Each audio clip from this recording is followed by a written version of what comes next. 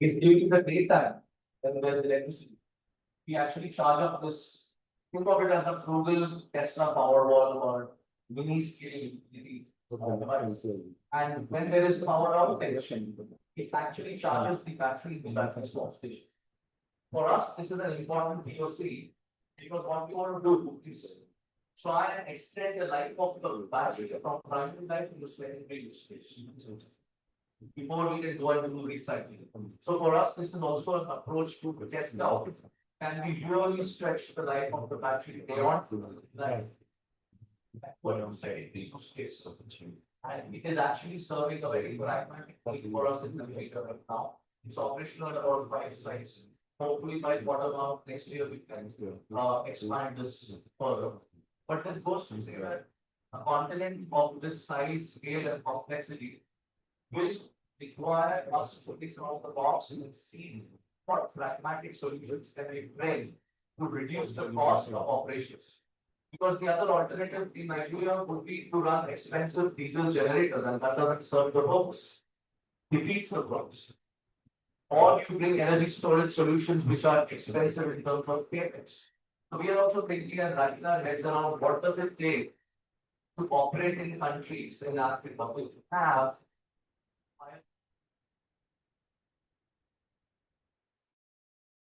slide, please.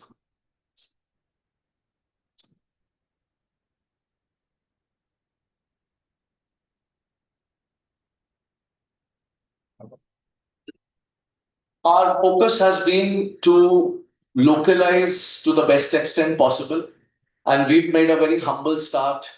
Uh,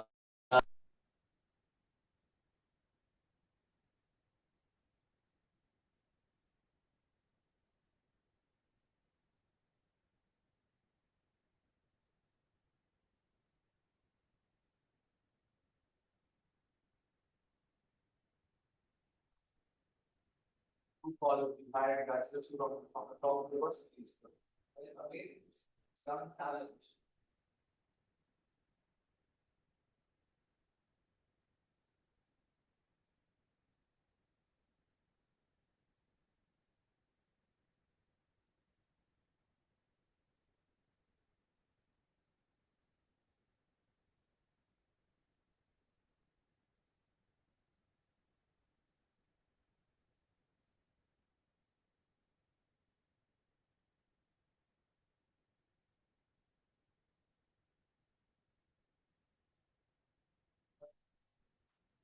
What I would say, driving the manufacturing renaissance in Africa, because manufacturing is the hardest part of the value chain.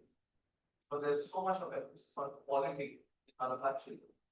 So, the Kenya plant is right now able to produce about 1,000 bikes annually, and about 75,000 batteries are accepted. Again, this battery scale this.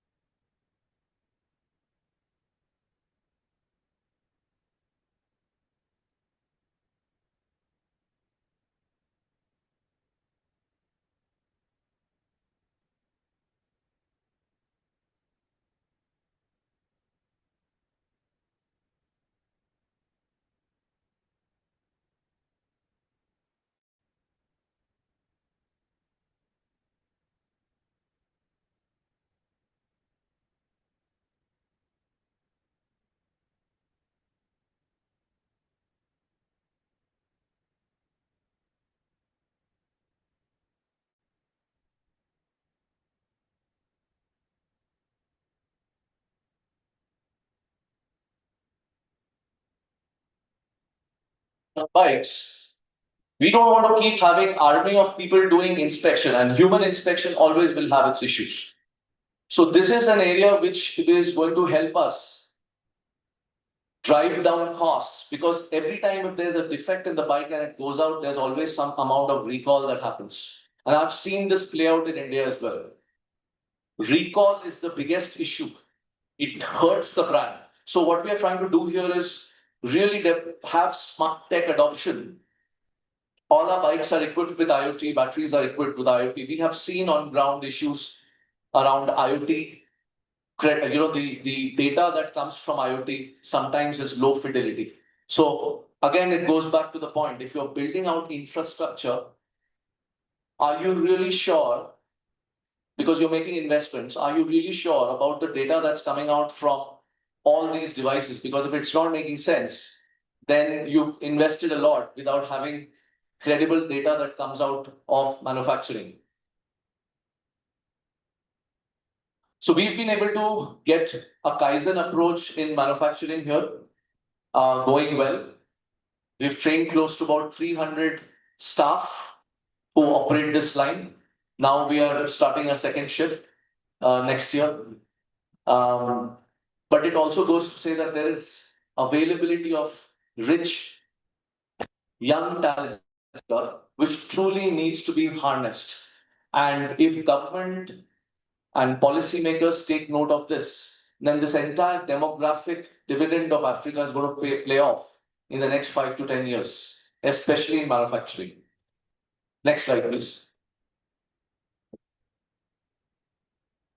Yeah, so we started Spiro Academy a couple of years ago as a means to getting young talent through a very structured program around various aspects of the industry value chain, EV value chain. And it's kind of early days, but it's showing kind of very strong results. We have trained close to about 600 blue collar workers through Spiro Academy. They are equipped now to assemble bikes. And if you go to the next slide, I want to just show one very proud moment for us. And she inspires me a lot. So her name is Esther. Esther joined Spiro, to clean the factory premises. And she was very diligent at her work. One day when we were setting up the line and the line was operational, she came to us, to our head of manufacturing, and said, I want to get involved in whatever you guys are doing. Esther, in 12 months, has been trained through Spiro Academy, and today she's a team leader. What you see here is assembly of the motor, traction motor. Okay? Someone who had zero skills, but had the passion, had the intent. And that's what I'm really proud of. And there are many Esthers now in our Spiro ecosystem who really want to upgrade their livelihoods. So this game for us is beyond infrastructure, beyond just setting up clean mobility. It's about providing dignity to people like Esther who want to trade up in their livelihoods. So our Spiro Academy basically provides a certificate also in terms of your tradable skills, your knowledge skills. Next slide, please.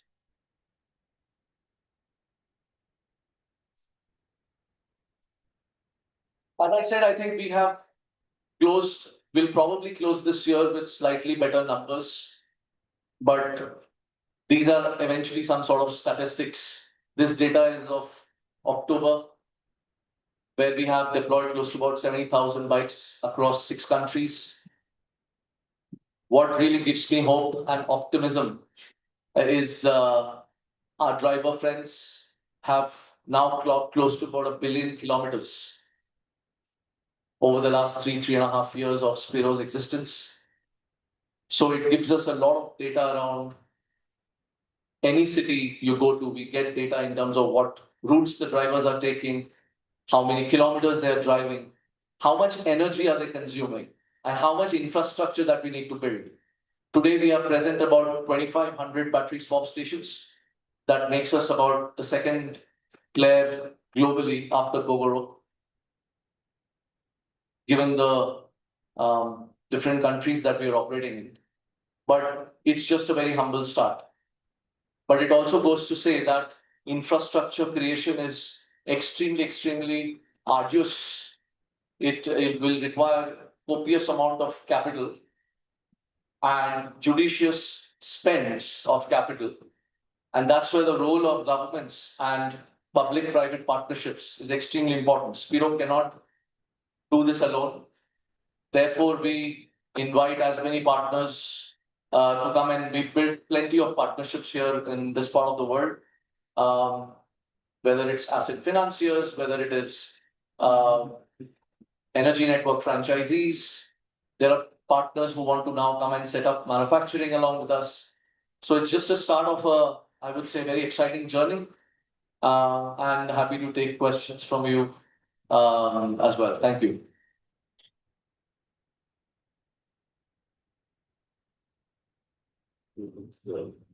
Thank you very much. Any questions from the audience?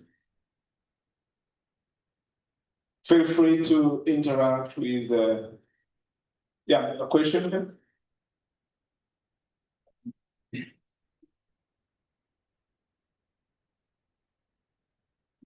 Thank you. You said that the Spiro gets around, is it 50,000 annually or monthly? Yeah. So Kenya plant can produce 50,000 per annum motorbikes. Yeah, Akash. Because you go in so many places, India, the management really get a good care. I hope everyone. So Akash is a good friend from India. He is co-founder and CEO of a company called Zip Electric.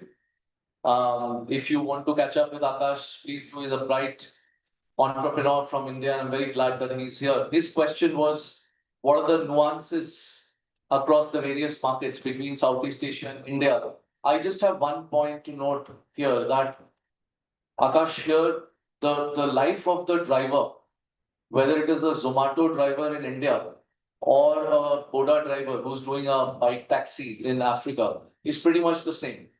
They do about 10 to 12 hours of intense driving. In Africa, obviously, the duty cycles are a little different because they carry more load compared to that in Southeast Asia and India. But in terms of buying power, spending power, very similar to India. Okay, extremely hard life. And therefore, when in Africa, the bike taxi segment is more prevalent, food and parcel deliveries at very early stages. It's not like Southeast Asia and India, which is more mature, but it's growing fast because there are young Africans going to work, they want to spend, get convenience. But it's very early days. Motorbikes is the most prevalent form factor, less to do with scooters. We have seen more scooters in Southeast Asia, India. Infrastructure wise, I think probably it's around, compared to India and Southeast Asia, 5 years behind. But look at the positive side. Electricity, at least in East Africa, large part of the electricity mix is renewables. So it's clean electricity compared to what we use, coal and hydrocarbons in Southeast Asia. So that's like a very positive thing. So well-to-wheel emissions, life cycle footprint here in Africa will be notches lower compared to Southeast Asia. Thank you. Thank you so much. A round of applause. Thank you. Alshif Mena. Feel free to interact with him more during the breakout sessions and the tea break. Thank you so much for the insightful presentation. We now continue to look into the region we are sitting in, East Africa, and what's driving the momentum we are seeing in the electric mobility transition. Our next speaker brings over a decade of experience in infrastructure financing, deal origination, and mobilizing capital for high-impact regional projects. He currently serves as the manager for East Africa, coverage at the Trade and Development Bank Group, supporting both public and private sector clients across Kenya, Tanzania, Uganda, and Rwanda to unlock financing for the critical developments. He will be guiding us through the key trends, opportunities, and the real challenges shaping e-mobility growth in East Africa today, and what actions are required to accelerate progress. Ladies and gentlemen, please join me in welcoming Khalifa Gwando, the manager covering East Africa at the Trade Development Bank.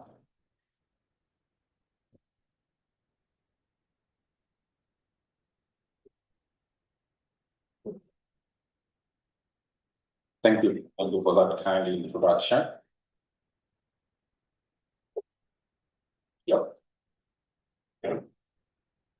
I'm super excited with the transition of e-mobility in Africa, particularly East Africa. But as I was coming to this conference, I was thinking that we do have one danger that we need to discuss. Those who are coming from East African countries will agree with me that all these border riders have two characteristics in common. They are always in a hurry and they are careless. But what has been saving us, you can hear a a kilometer away for these petrol engines. So you quickly align yourself. You create space for them. But for these electric borders, they are super silent. You just find them, they've already scratched your car. I want to suggest to Kaushik to actually install Bluetooth speakers in these electric motorcycles and ask the government to mandate them to play loud music just for our safety so that you can hear them from afar and align yourself quickly before your car gets scratched. So I'll be speaking about the e-mobility trends in East Africa. Just waiting for the presentation to be put. But maybe just to give you a quick overview of TDB Group. So we are 40 years old. It is a development financial institution in Africa. We do have 26 member states across Africa. These 26 member states represent about $1.4 trillion in terms of GDP, which is close to 50% of the continent GDP. We are part of a group. Sorry.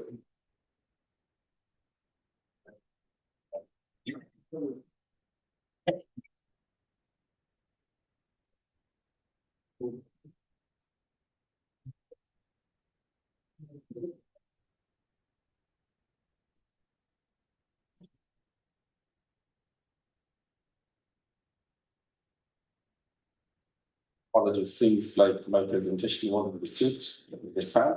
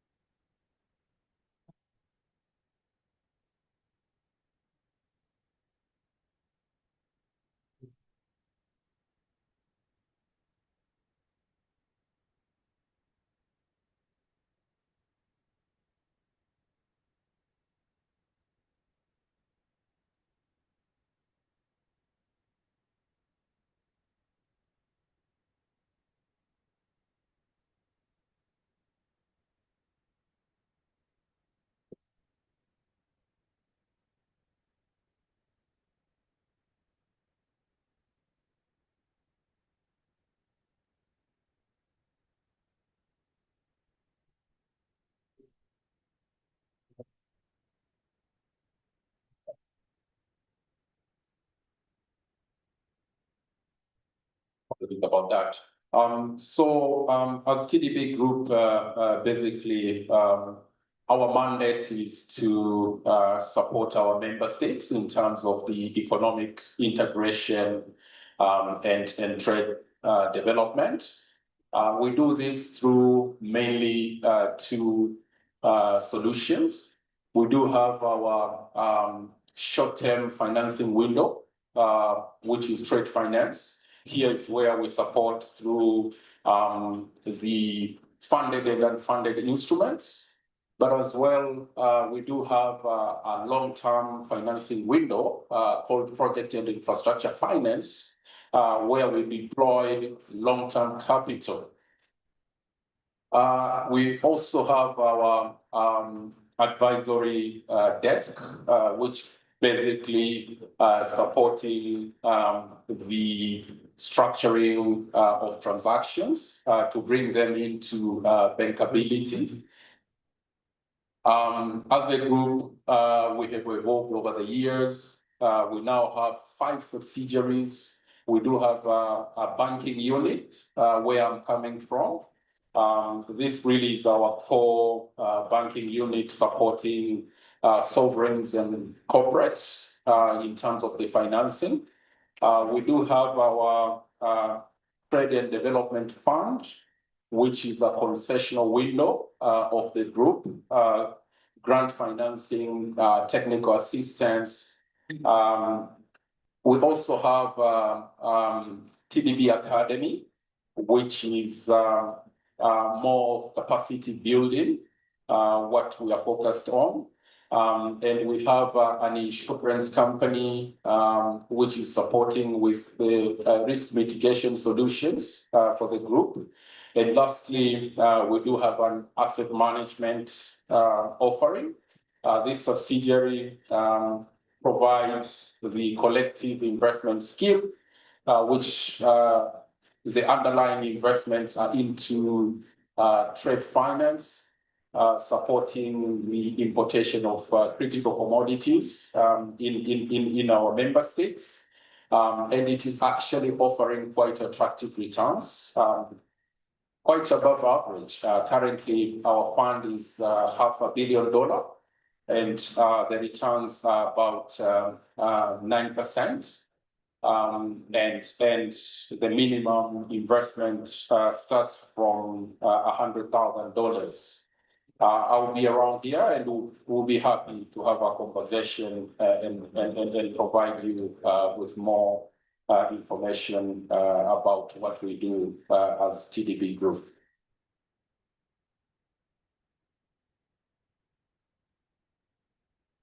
So maybe I will start as they're sorting out the presentation. Kaushik has given us quite a number of insights, and it is inspiring to see what Spiro is doing in the region. So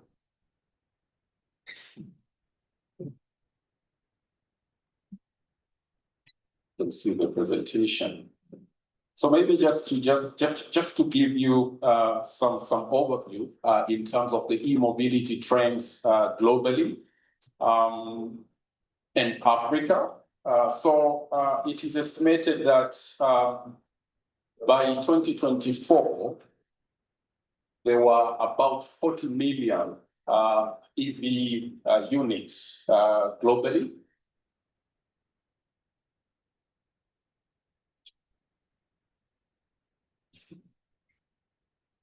So I've already covered about this.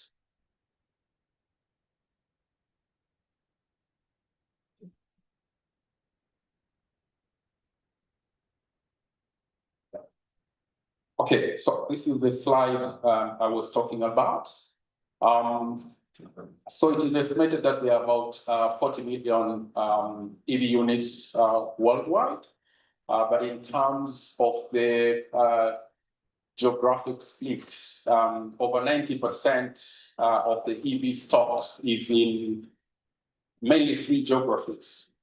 China, market leader, has 63%, and China has been aggressive, has been a leader for quite some time, and it is regarded as a global hub for production of the EVs. And the market has quite matured. I've recently seen that China is starting to take away some of the incentives that were provided in the EV sector, because the market is considered matured and can sustain itself through the market forces. Then we do have Europe with 20%, and the adoption in Europe really is driven by the aggressive carbon emission regulations. We have the US market, specifically North America, as well, that's controlling 10% of the market share. Africa, who can guess the market share of Africa in terms of the EV?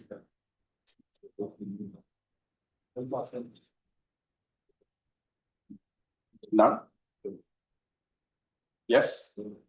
Yeah, around 70%. You're quite ambitious.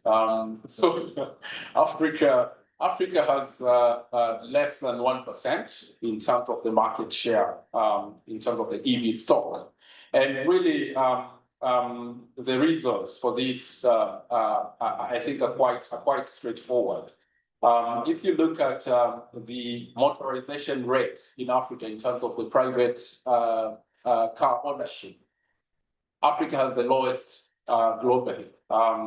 It is between 44 to 70 cars per 1,000 people, as compared to the global average, which is between 180 to 300 vehicles per 1,000 people.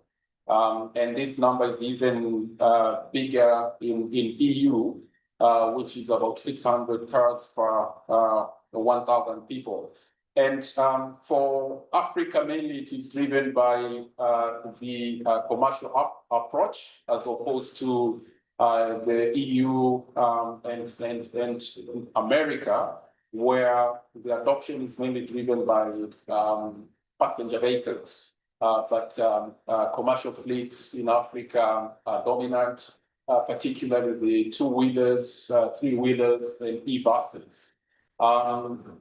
Ethiopia and Rwanda are really redefining the space. We have seen some of the information that Spiro had shared.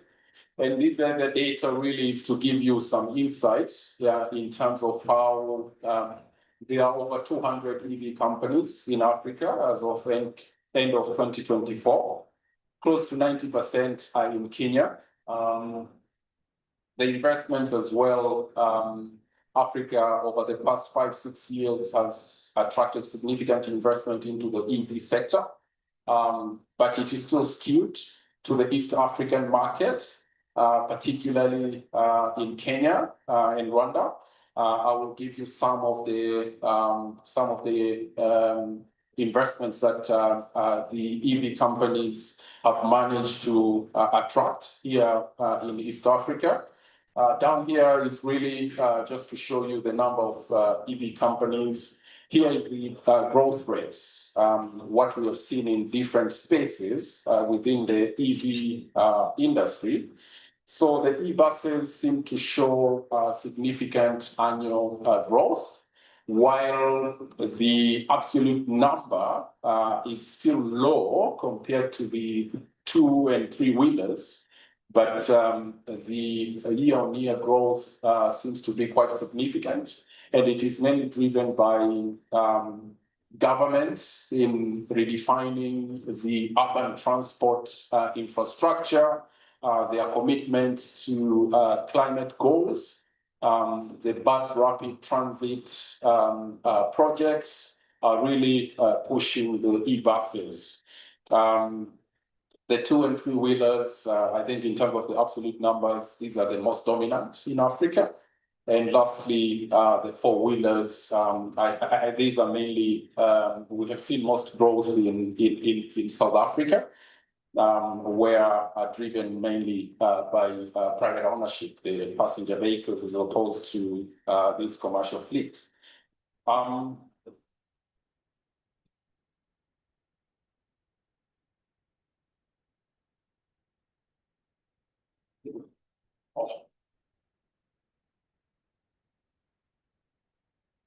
Next.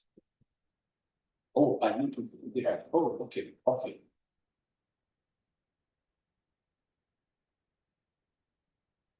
So this is really just to give you some flavor in terms of how the e-mobility space and adoption in East Africa.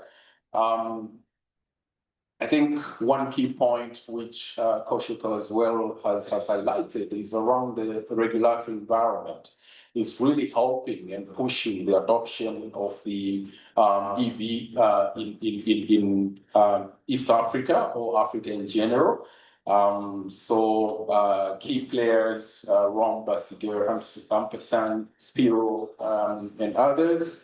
Over 85% of the EV units in East Africa are actually the 2- and 3-wheelers. Some of the key investments, Basigir has attracted $42 million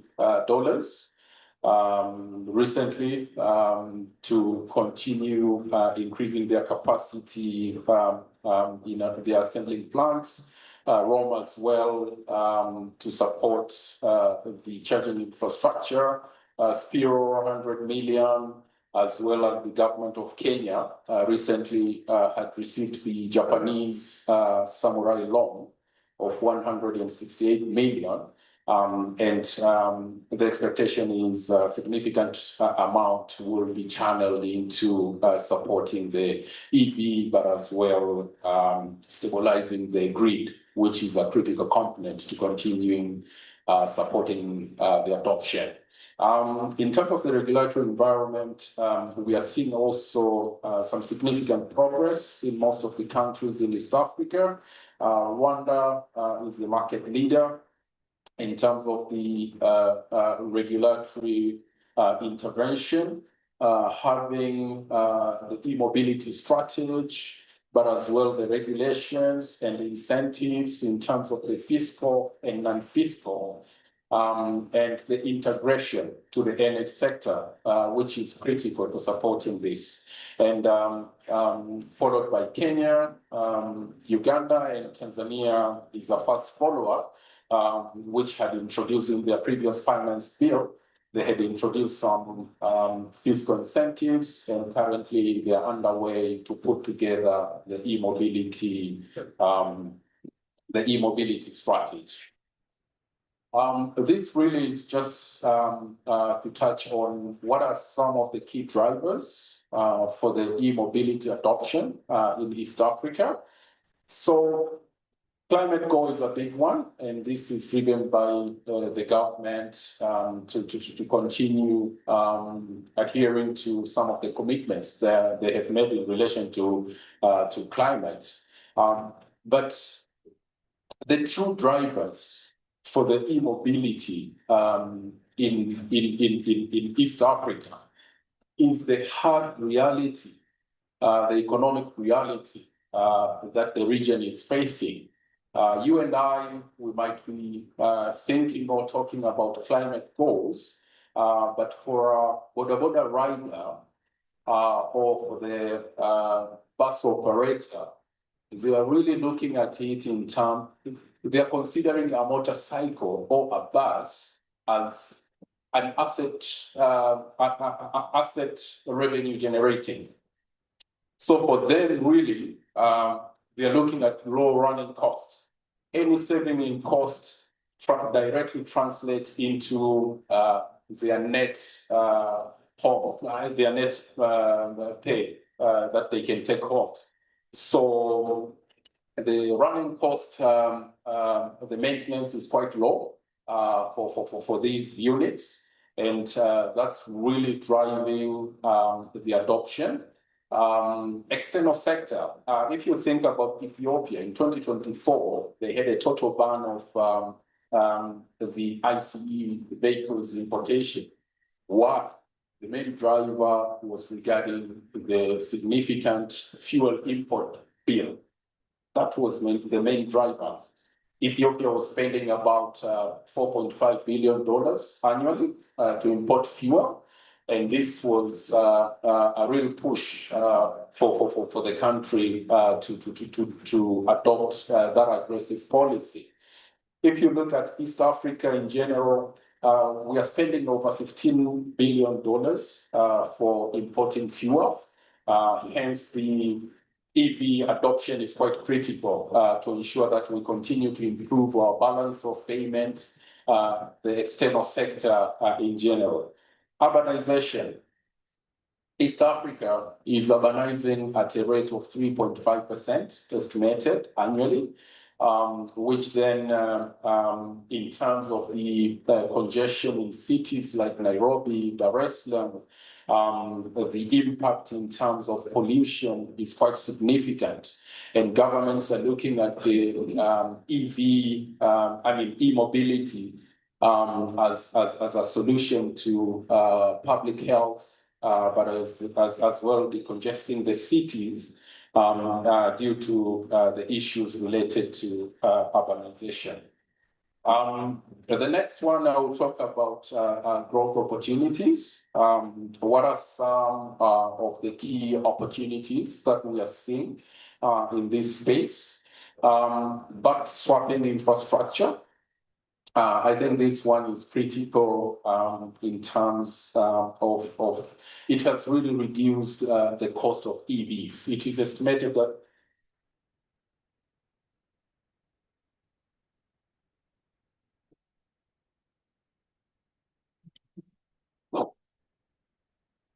it is estimated that between 30 to 40% of the EV cost related to battery only. So thank you. So battery as a service model allows anyone to buy the EV unit, excluding a battery, which significantly reduces the cost by 30 to 40%. But we need battery swapping infrastructure to allow the running or continuity of these units. EV charging stations, they are quite relevant for four-wheelers as opposed to the 2- and 3-wheelers, because these are mainly used as commercial assets, and a boda rider does not have 4 hours to wait for the unit to charge. That they are losing money, so they need battery swapping infrastructure. But for four-wheelers, it's critical to continue the investments on EV charging stations. And I think Kenya is planning to do 10,000 charging stations in the next few years. Manufacturing and assembling plants. There is a lot of push to move from CBU imports to CKD assembly. CBU as complete build units, and CKD as the complete knockdown assembly.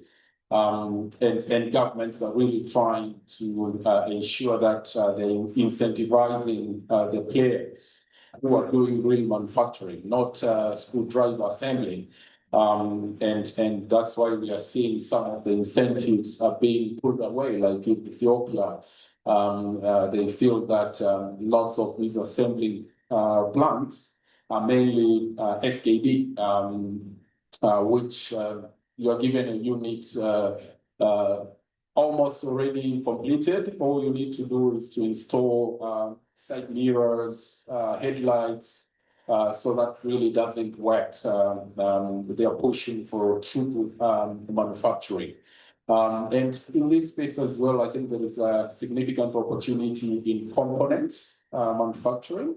If you look at East Africa, all the critical minerals, cobalt in DRC, the graphite in Tanzania and Mozambique, all these critical raw materials to support the manufacturing of components. And I think this is a great opportunity that we need to take. Innovative financing solutions. the upfront cost is quite significant for the ownership of EVs. And financial institutions need to think differently, deploying fintech solutions that you can even be able to remotely disable EV units in case payments haven't been received. What Basigo have been able to deploy. Those are some of the critical solutions required to continue supporting the sector. I'll speak about the challenges that we are seeing. The changing regulatory landscape is the biggest one. We have seen what has happened in Uganda. I think by mid last year, they had struck off the excise duty. I think they have brought back 25% excise duty, which was initially waived. So the policy direction needs to be clear, but we are facing challenges in terms of the continuity of some of these incentives or policies that governments are deploying. And it's a big headache to most of the investors because the EV sector requires long-term and huge capital commitment. So if you've already put your trajectory, hoping that you won't be paying the 25% and suddenly it is introduced back, it is really taking us lack of financing continues to be a big problem for the sector. Of course, we need to continue because supporting SMEs. I think the SME is a critical space that banks need to focus on.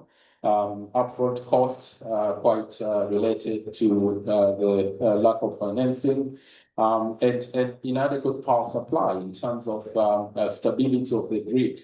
You cannot talk about the EV without speaking about stable power supply. So most of our grids in Africa are quite unstable, but we continue to see a lot of intervention and the integration in terms of the policies between the EV and the energy sector.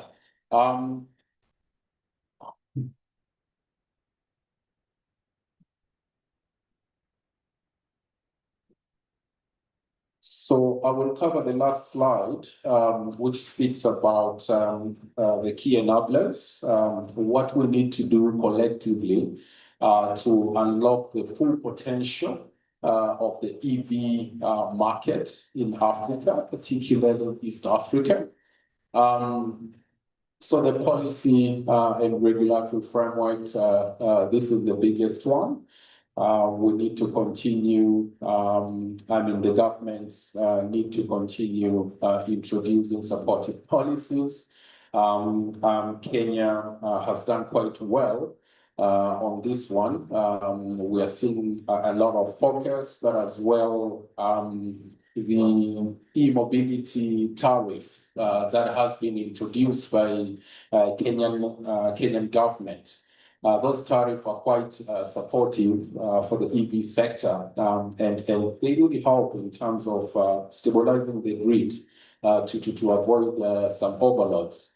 Financing solutions, catalytic funding is required to reduce the costs, especially the interventions from DFIs like us, TDB. Continues to be critical to minimize the interest costs, but as well supporting the early stage preparation of the projects through technical assistance and working with different development partners to deploy the necessary capital required. PPPs, the public-private partnerships, the government or the private sector cannot do it alone. So these the synergies continue to synergize in these two sectors remains critical. Grid modernization, the intervention as well in the energy sector to support the EVs will be critical. There is no point, and we continue to see this whereby someone owns an EV, but they need a diesel generator to charge it. Then it defeats the whole purpose. Modernization of the grid continues to be critical. And lastly, the charging and battery swapping infrastructure. Those who continue to support the adoption or ownership of the EV across the continent. So I'll pause here. That's the end of my presentation, and happy to take one or two questions. Thank you so much for listening. I'll allow one question to the audience in the interest of time. Thank you very much. Feel free to chat Khalifa, find out more what opportunities are there in investment. Thank you so much, Khalifa, for that insightful presentation. Now we focus on, specifically in Kenya, on Kenya's progress that's driving, in terms of what's driving growth in e-mobility locally and what barriers still needs to be removed. Our speaker is a quality engineer at Strathmore Energy Research Center, specializing in electric power system, renewable energy, EV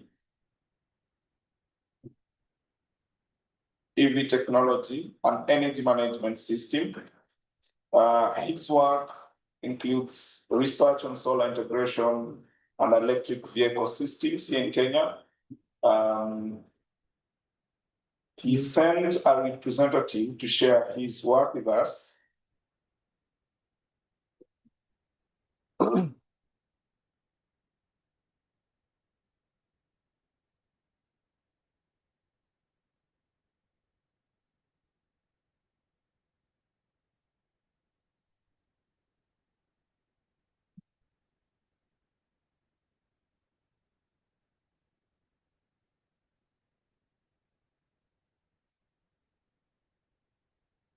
So this is Sheila, who is going to represent Ignatius Maranga, who is, yeah. Please give a round of applause for Sheila.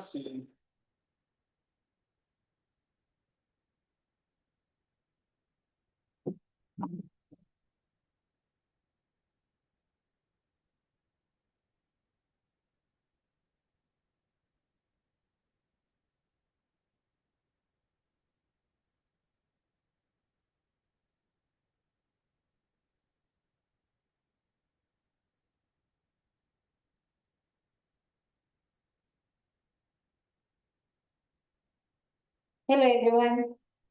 My name is Sheila Chipkodir. I'm from Strathmore University. I work with Ignatius. I'm here to represent Ignatius Maranga, the quality engineer, working at the Strathmore Energy Research Center. So I'll be taking you through the status of e-mobility in Kenya, the challenges and opportunities around EVs in Kenya as well. So I think we'll just wait a few minutes for them to connect and then we'll start.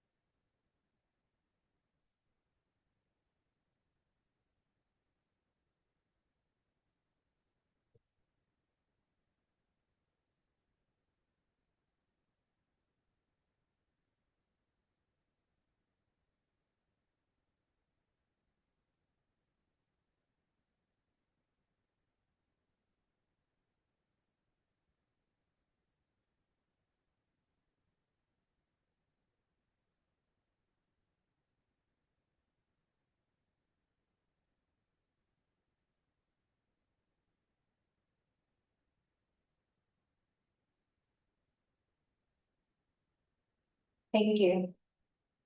So like I mentioned, I'll be taking you through the status of e-mobility in Kenya, the challenges and the opportunities around e-mobility in Kenya as well.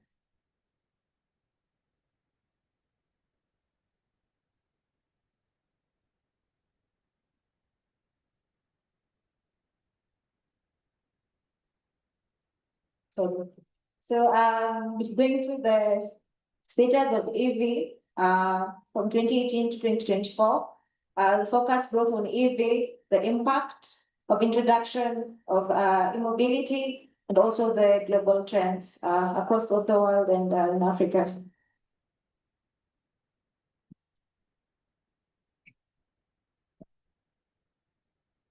So just a second.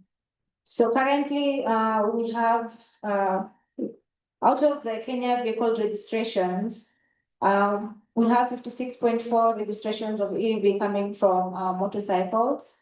The target of EVs being 5% in by 2025. But currently, out of the percentage, only 0.2% of the registered vehicles are from EV. So we can see the projection from 2018 to 2024 in terms of the number of vehicles that are registered as EVs in Kenya.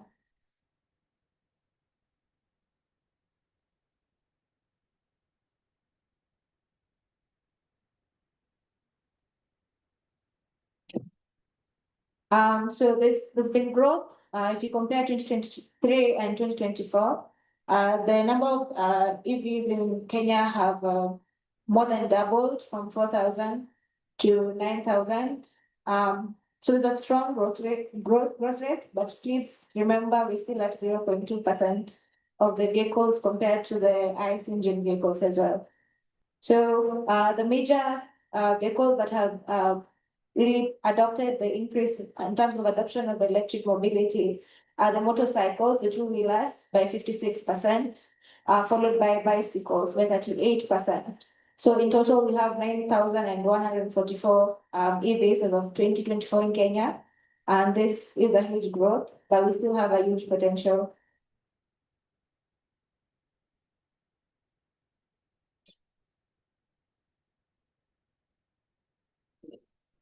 So yes, we have EVs coming in Kenya, but in terms of infrastructure, how prepared are we? So you see, currently we have 300 charging and swapping stations in Kenya, and most of them are in the urban region, specifically Nairobi. 90% of them are in Nairobi, and the rest are currently in other towns like Nakuru, Naivasha, Kisumu, and Mombasa. So there's need to more develop the infrastructure because we're planning to adopt the use of these EVs not only in the urban regions. So yeah, that's in terms of the EV infrastructure in Kenya. So you can see the regions specifically, those are mostly the current cities that we have in Kenya.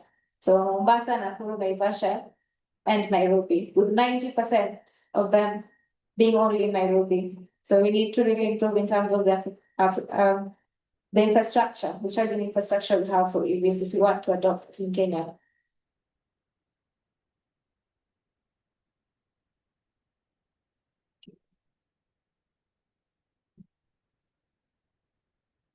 So looking at the global trends, just referencing the countries that have developed in terms of mobility, there's 8% sales on EV share in the US. If you look at EU as well, have like 21% EV sales increase.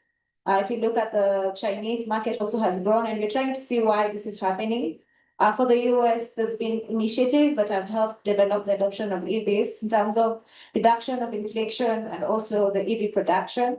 If you look at the EU, there's strict emission standards that have really promoted the introduction of EVs. And also, if you look at Norway, they pioneer EV since 1990. So you see that 85% EV sales shares in Norway. And in China, we have high market drives, consumer pools, like you all know, and the ending subsidies, which have really promoted the adoption of EVs from the fossil fuel vehicles.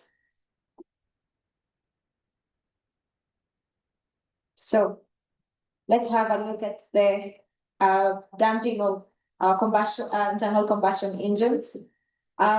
If you look at 40% of the production of ICE engines, they're being dumped in Africa.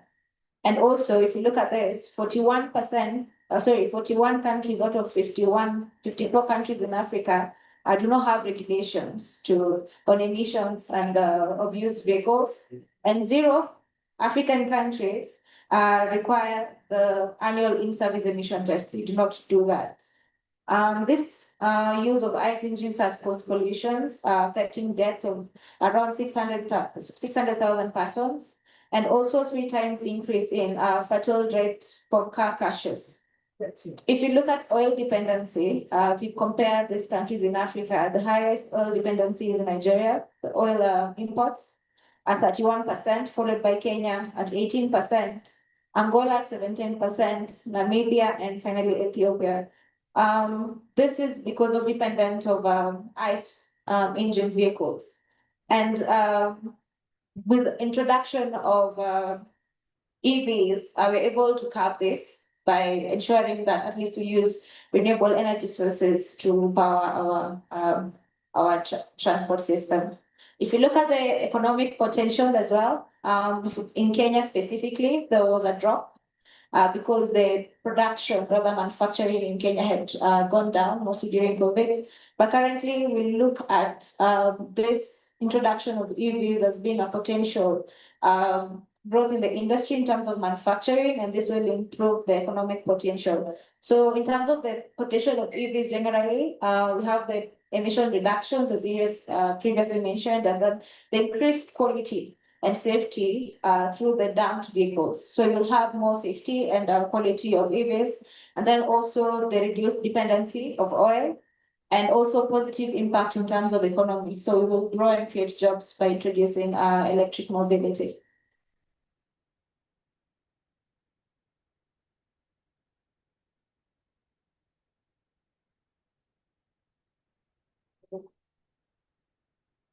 Okay.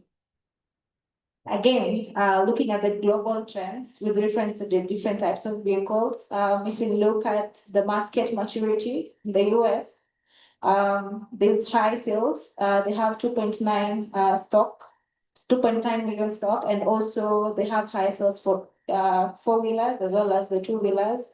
And this has been brought about by easy policy issues since 2009. If you look at Norway, we still have high sales, but and this has resulted due to the government-driven initiatives. And if you see the impact on the far, this is the far right, right? So the increased the adoption, so the increased manufacturing in the US, and also there is CO2 reduction in the US. For Norway, this has resulted in CO2 reduction as the drivers to the transition. If you look at China as well, we have multiple national and province initiatives, which have resulted in the development of the manufacturing industry for EVs. And that goes down. I think Rwanda in Africa is the one that's recognized with a higher growth and development due to reduction of oil dependency and also CO2 reduction initiatives. South Africa has limited government initiatives, but we're looking into the EV penetration of public fleet of 5% by 2025.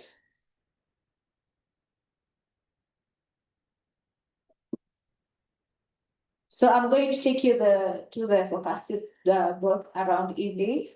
First, we'll look at the registration of EVs. So we look at the levels of support in terms of supporting policies and EV price fall, and also development of proper charging infrastructure and other infrastructure required. We predict that with high support, we'll have an increase in terms of the registered EVs adopted in Africa, specifically in Kenya, from 20,000 to 142,000 as of the year 2030. So this just shows the projection of the development in terms of adoption of EV vehicles if we provide from low support to high support in terms of policy, EV prices, falling of EV prices, and then also the charging infrastructure development.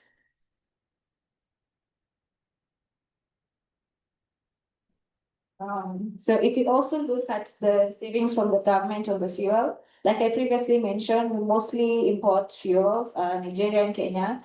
And by introduction of EVs, we see a reduction in importation of fuels, which would lead to government saving on fuel imports. So we see an increase from 12 million cost of fuel imports to 194 fuel imports saved from this by introduction of the EVs. So this is one of the impacts that we forecast happening as of 2030. So that's more than 10 times reduction in terms of the cost for imports on the fossil fuels.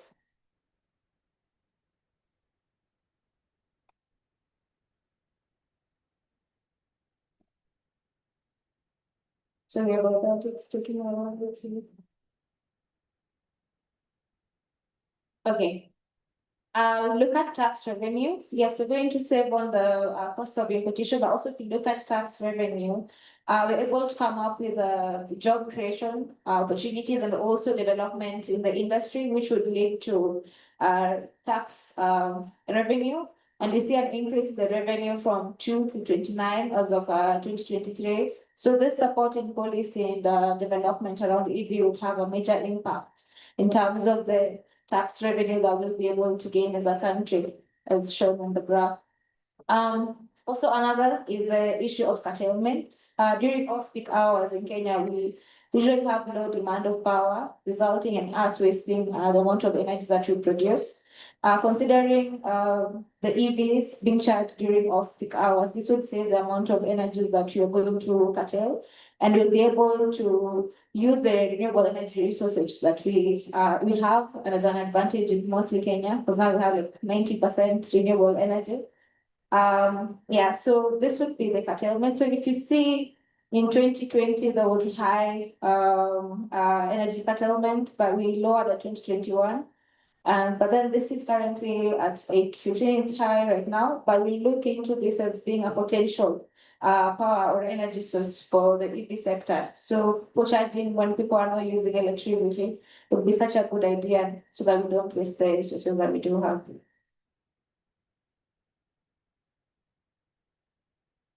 Okay, on the energy consumption, this is going to increase due to the expansion of the electricity consumption from the EVs. But then remember, we're using mostly the energy that has been curtailed. So we're not really wasting and using a lot of electricity. We're mostly creating jobs and also creating development by just leveraging on resources that were going to be of waste. So if you see the energy consumption, this would increase from with highs, this will increase from 35 to 335. That's like more 10 times within the next 5 years. So this is something else that we can consider the development of the mobility sector in Kenya.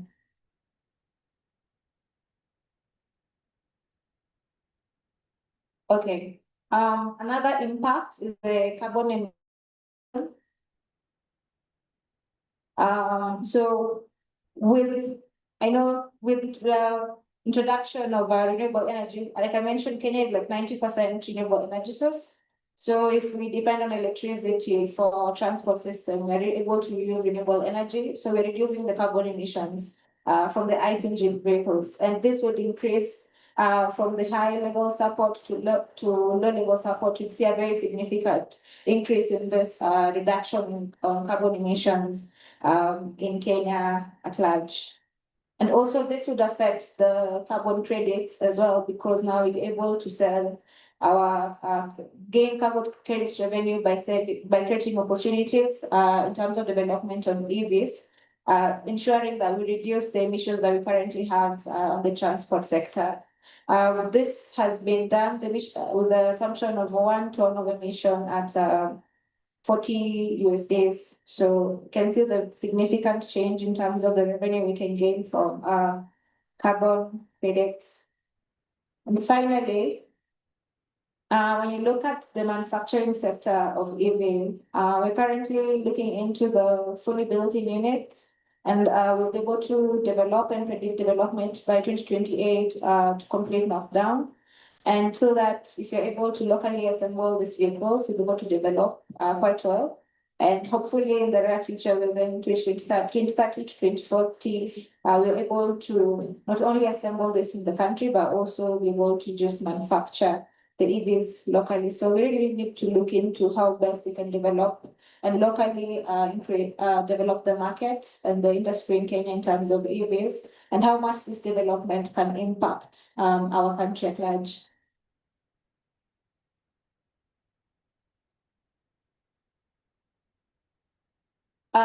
So the tax incentives has been lowered for the assembly licensed vehicles.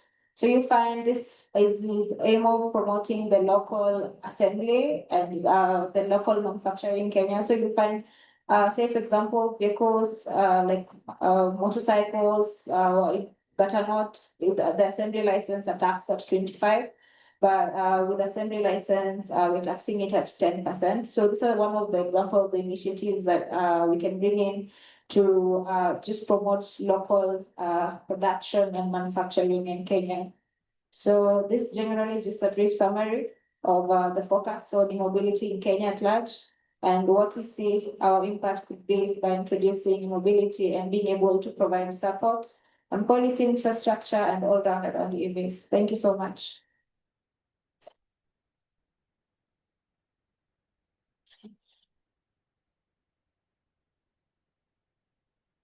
Any question? Yeah, thank you so much.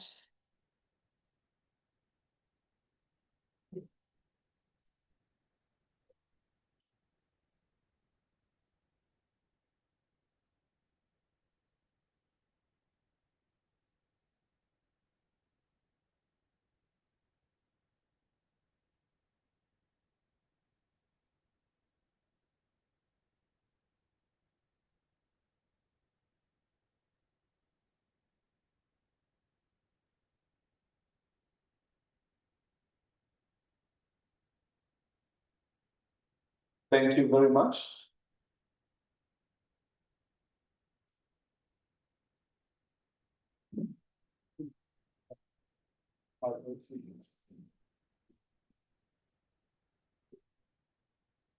Thank you very much. A little bit of housekeeping. We have washrooms just on your exit. Take your left. We will be taking a break shortly for coffee. After our next presenter, later on, we'll have a panel conversation. So if you're part of the panelists, just during the coffee break, make a point so that we have a conversation on how that is going to happen. Allow me now to introduce the next speaker who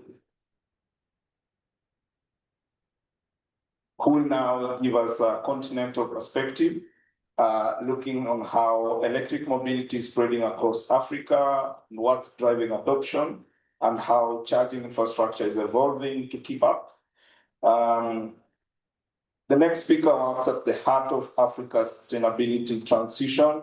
He's an e-mobility and green energy analyst at Green Rising, a firm focused on climate solution and research across the region. His work spans sustainable transport, renewable energy integration, and the data insights shaping investment and policy decision in this sector. So he'll be taking us through the current trajectory of EV adoption across Africa and how charging networks are developing and where the biggest gaps remain, and emerging opportunities for government, investors, and operators as the ecosystem scales. So ladies and gentlemen, please welcome Ian Musemi, electric mobility and green energy analyst at Green Rising. A round of applause for it. Is the slides ready?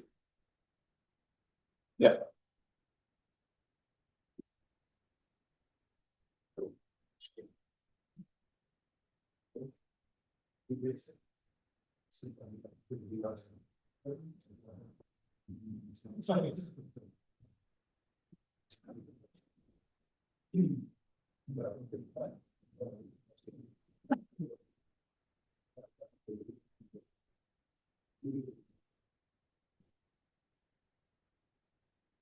Thank you very much for inviting me and giving me such description. So my name is Ian Musembi. Work as a e-mobility analyst at Mobility Rising. Actually, it is one of the arms of Continent Rising where we feature Africa's green economy. So let me start by taking you on a journey to 2050. So imagine you are in one of the cities in Africa whereby the car in front of you is not actually as nice Toyota or Mazda or Nissan as we are used to. How would you feel having a battery-powered vehicle in front of you? It will be very interesting actually to see the figures increase in terms of adaptability in both personal and commercial use. So that is why we are having this discussion about the growth of electric vehicle adoption in an overview of the continental perspective.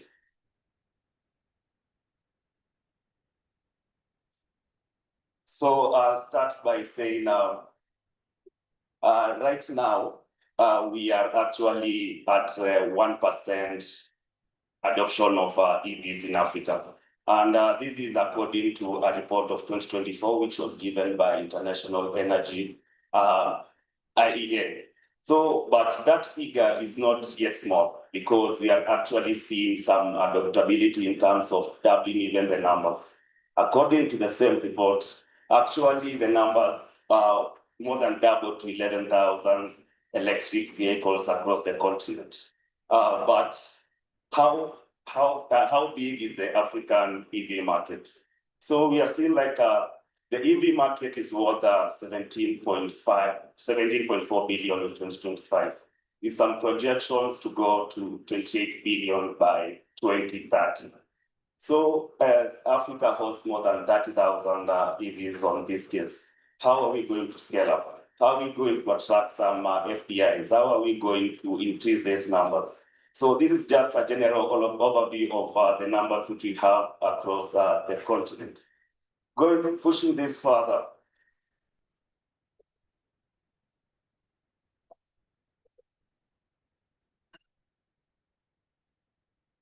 Pushing this further, there are some progress which are being made.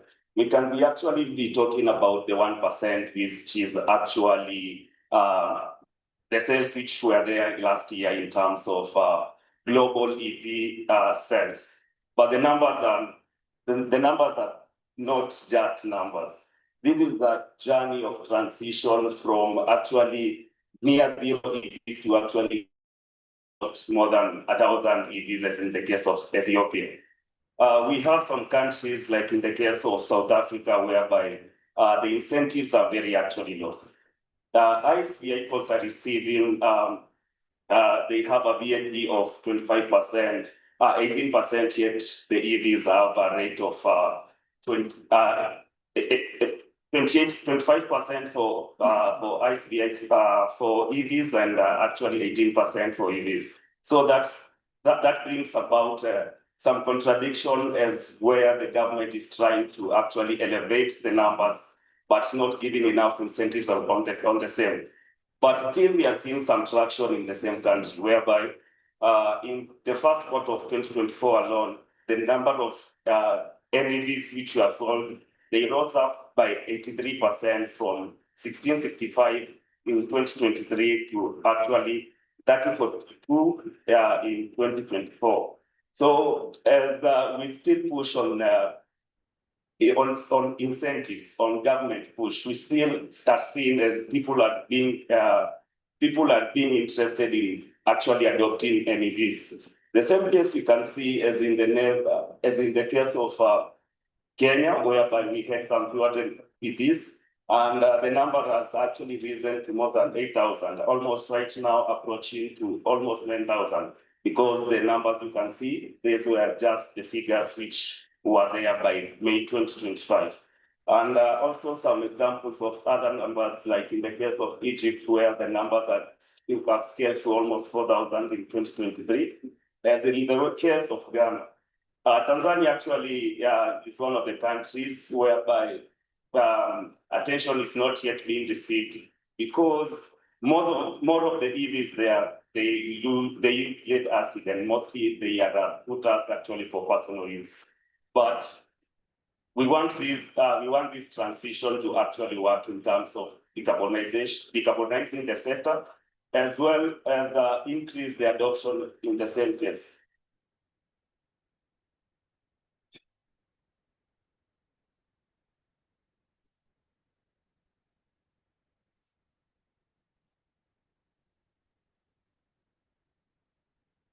So maybe having this adoption, actually engaging with the new energy vehicles cannot sustain itself without significant charging infrastructure.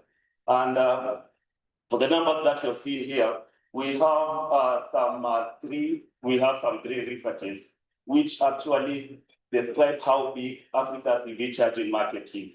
We have the first one, which is the Nexus Strategy Consulting Firm, which highlighted that the Africa charging EV market was $31.93 million. That was in 2022.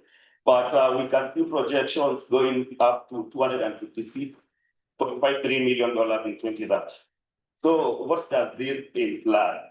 This implies that with comparing it with the research by CW Research, which gives it a CAGR of actually 41.8% compared to Next Move Strategy Consulting Firm, which is actually 30.3%.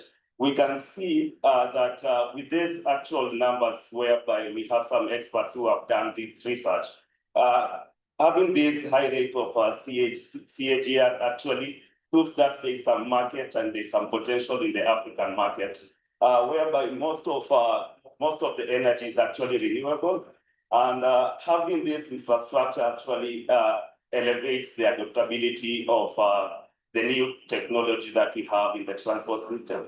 But how can we build up and actually close this gap? This requires some investments. It deserves like the public and the private sector actually to work along, so that we can actually elevate more investments and deploy this charging infrastructure.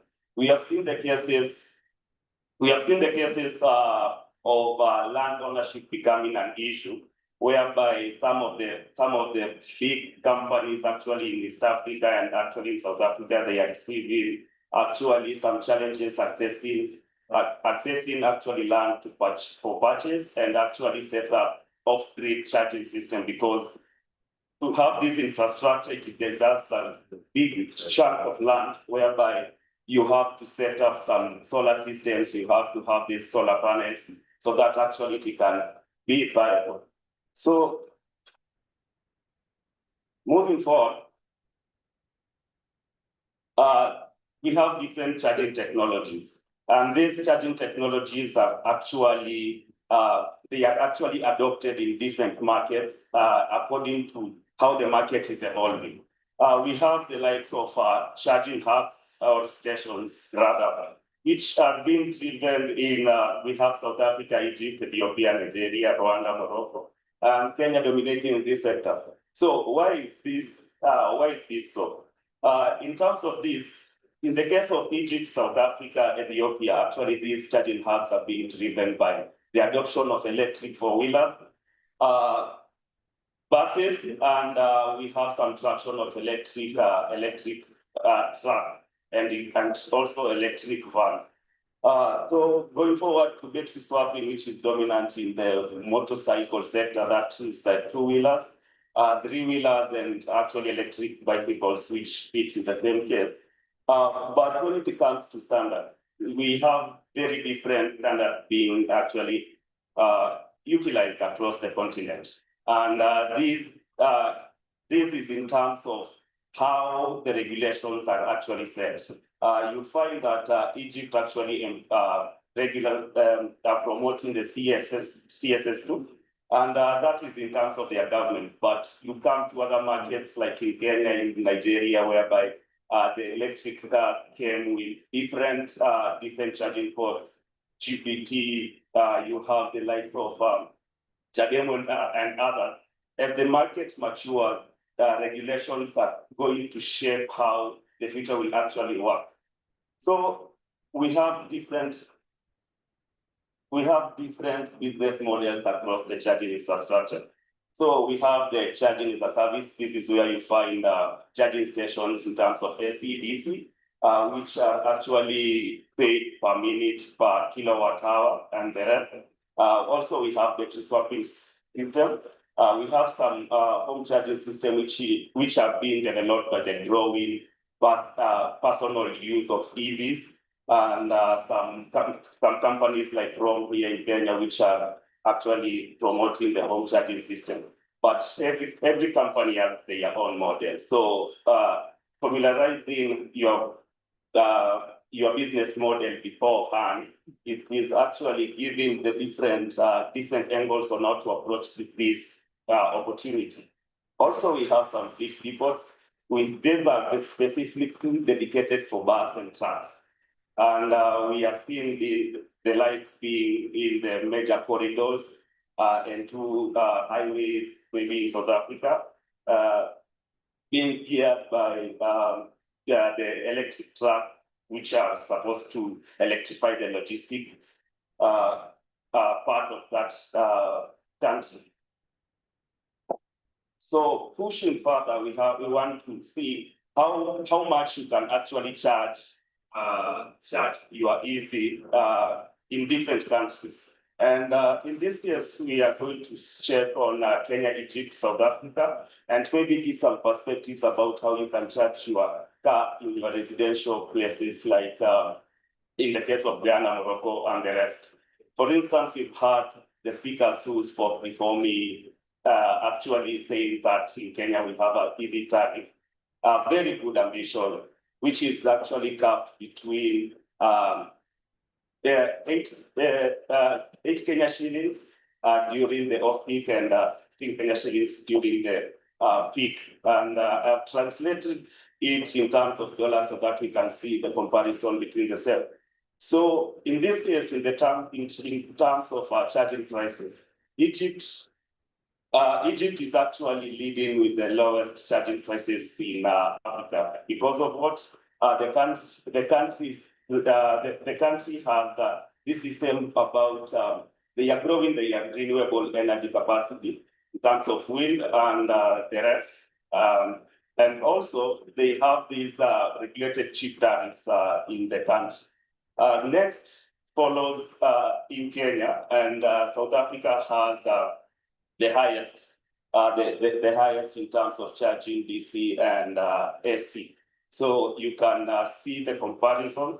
Like for instance, in Kenya, with the tariff, you are going to be charged $0.12 per kilowatt hour. If you relate it maybe to Egypt, we have 0.03 and 0.074. And if you check in terms of South Africa, you're going to know the difference. And this is the residential charges per kilowatt hour in Ghana, Morocco, and Nigeria. So you tend to see how different electricity prices in different countries are actually some of the factors whereby you can see some APIs flowing through. And you see later in terms of how many CPOs and battery swapping stations and actually other companies in terms of the electricity prices and in terms of how they are attracting this investment.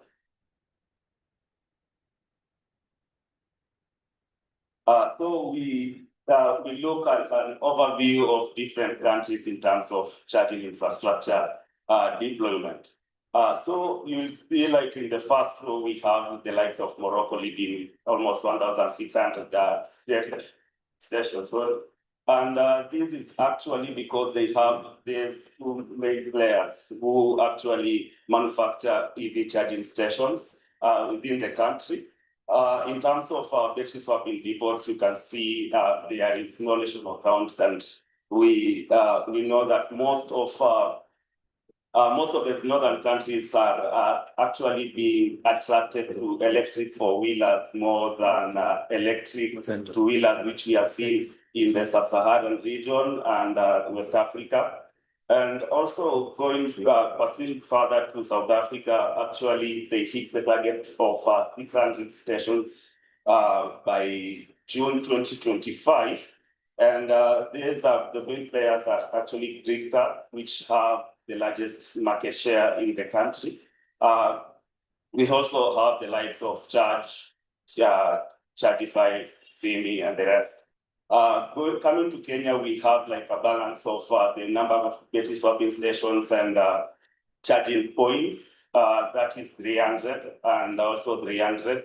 We have the likes, you can see the main players who are actually driving the charging infrastructure.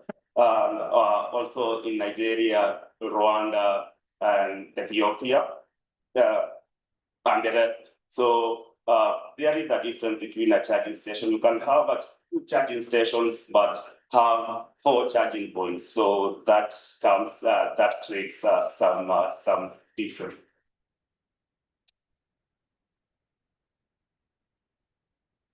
So which trends are we seeing evolving in the market? We are seeing some interest of international players like the likes of BYD, who actually announced that they will be deploying their current technology of their charging, their charger, which has a capacity of 1 megawatt, and actually saying that they are going to deploy between 200 and 300 charging stations across South Africa. And that is an interesting thing to note, because having these international players, imagine having to charge your EV in very few minutes as compared to going to wait for like 4 hours or more than 2 hours to get some charge. So also we are seeing like the charging mobility businesses and energy companies coming along and actually developing this infrastructure. Also, we are seeing some regulations catching up very fast. This year alone, there are more than 16 plus regulations which are actually distributed across Africa. The latest one being the one for Nigeria, which was passed in the second reading of the Senate to actually gear up EV adoption. Also, the likes of swap stations dominating, and also the likes of oil companies like BP. We have the likes of Total and other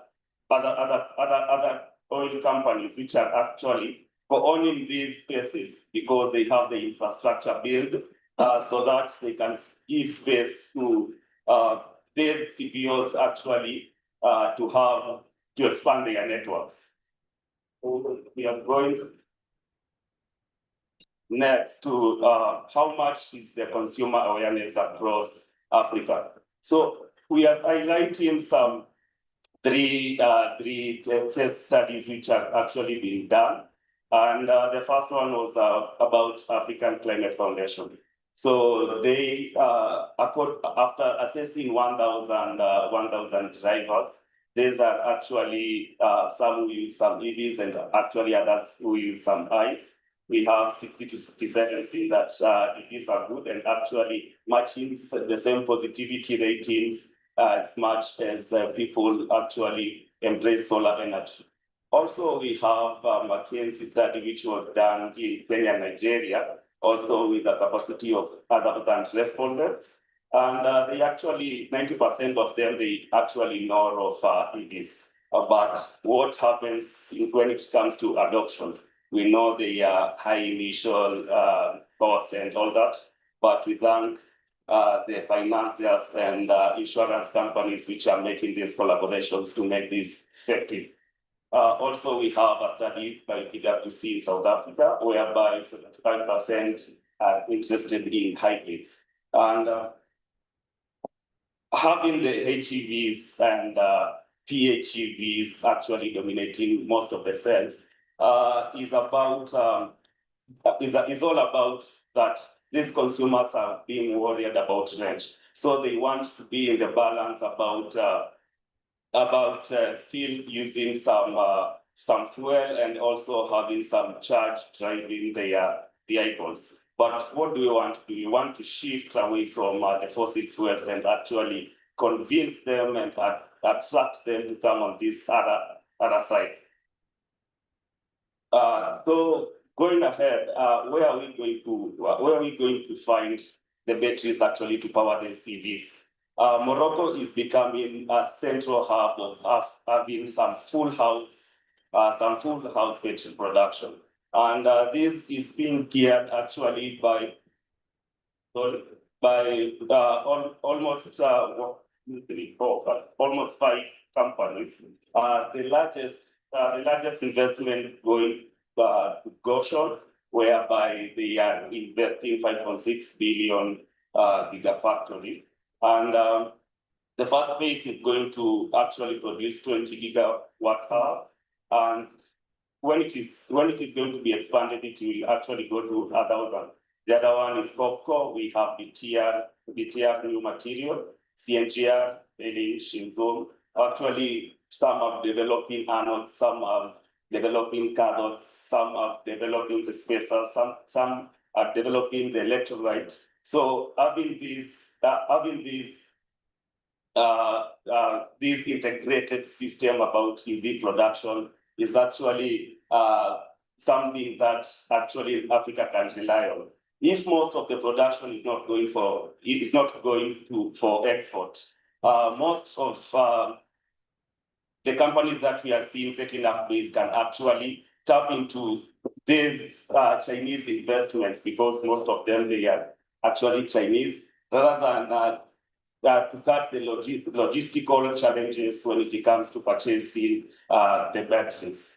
Also, we have an example of Advent, who are going to deploy 600 shopping cabinets in terms of electric two-wheelers.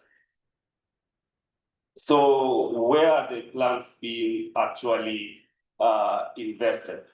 So in terms of EV plants investment, and this is actually a figure which has been derived from Mobility Rising. We have a total capacity which can be produced, that is 930,000 units across Africa. So you may be wondering where these figures come from. And yet we have a very low adoption and actually very few EVs on our roads. So these are some of the plants which have actually been announced. Some are in progress, and some are actually stalled. The reason why the investments which are going to come through, they have actually halted, and maybe in the future, because there were plans, there were some frameworks which were set when it comes to having this annual capacity can actually be implemented in the future. So Northern Africa holds the largest unit, that is almost 400,000 units. And this is the annual capacity of the EVs. We have cars representing almost 500 units, which is almost 62%. Also, motorcycles, scooters, 293, that is almost 31%. But you find that developing or assembling the motorcycles and electric scooters is actually more simpler. And actually, the total cost of production actually is not very heavy when it's like in terms of assembling electric cars.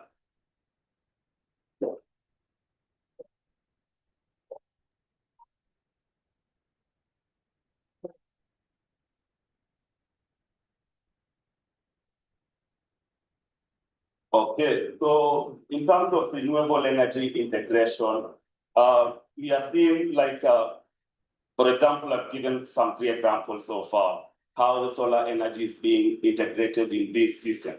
How are these companies actually having their solar roofing for charging their EVs across? So a firm called EV24 says that solar powered EV hubs cut charging cost by about 70% and actually this can reduce the cost per charge to around 0.06 dollars per kilowatt hours during peak hours. And this is a development which shows some of the benefits of having solar powered EV hubs. We have the likes of STS Tech, which are implementing some smart chargers in South Africa. Value and Camsola deploying some solar EVs, and actually the largest EV charging network in Egypt called Infinity, integrating renewable energy in its case. Also, we have the likes of electric two-wheelers and some CPOs in Kenya actually employing the likes of Ampersand from Accra, utilizing some solar roofing in terms of collaboration with other charging, other oil companies actually setting up these in their outlets and actually deploying solar on the roof so that they can charge their batteries.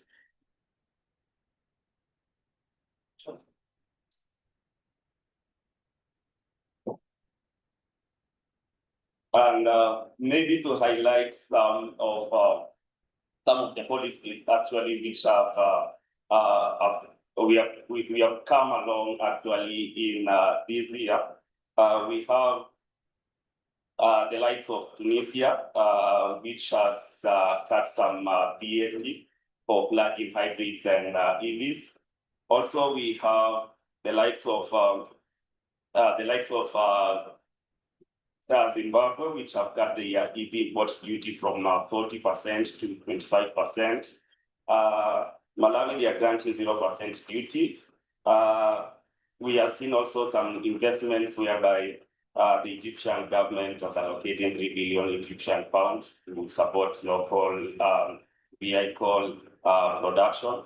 But we are yet to see the 150% VAT in South Africa being implemented next year. And there is some slowness, but this is in terms of those companies which are going to assemble local. So that ends my presentation. And any questions? Thank you. Now for one question from the audience. Yes.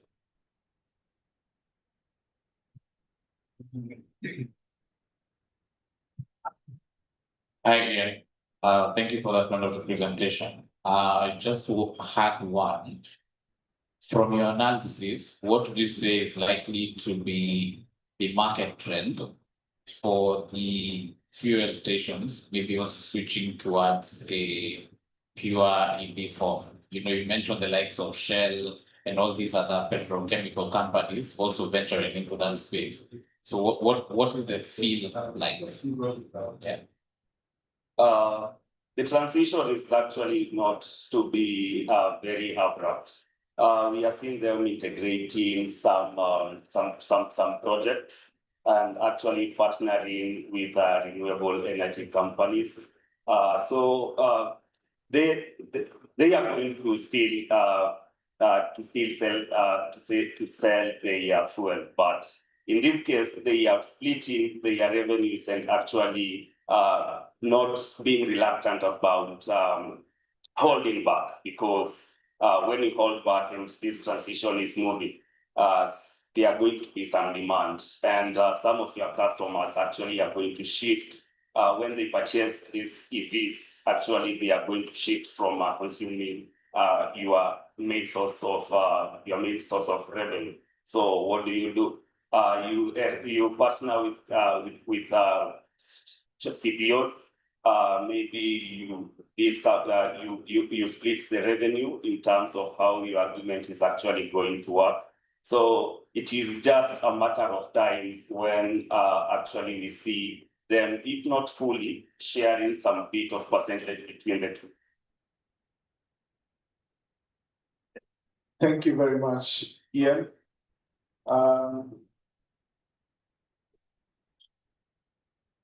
Thank you very much to our speakers for the insightful presentation we've had so far. We're now going to take a short break. So please use this time to grab some tea behind you and network, continue the conversation sparked the room.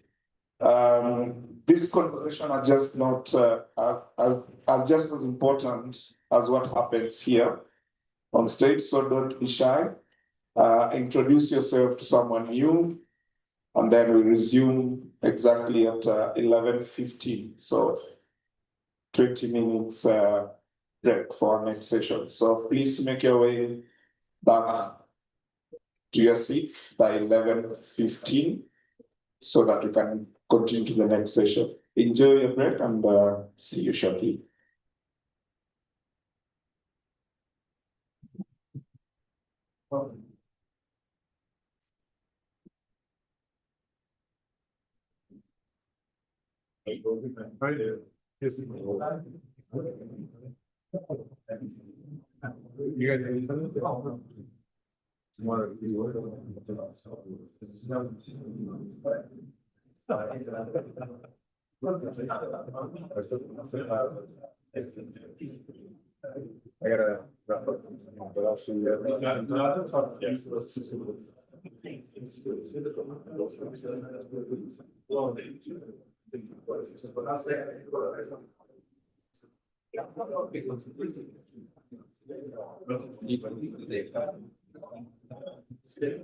I thought that was something that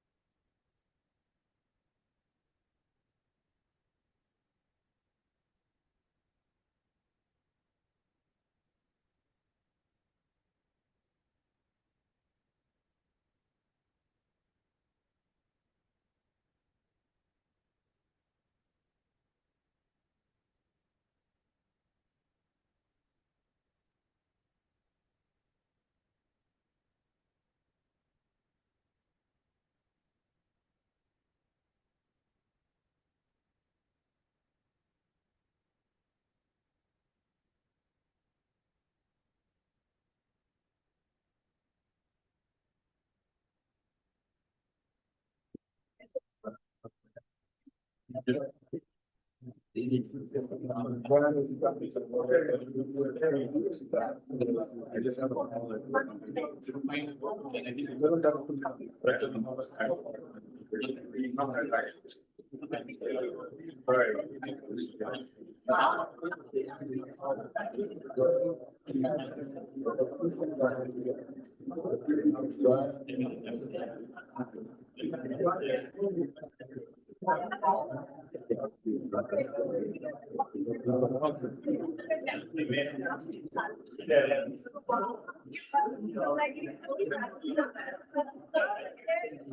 you doing? Mike, check. Mike,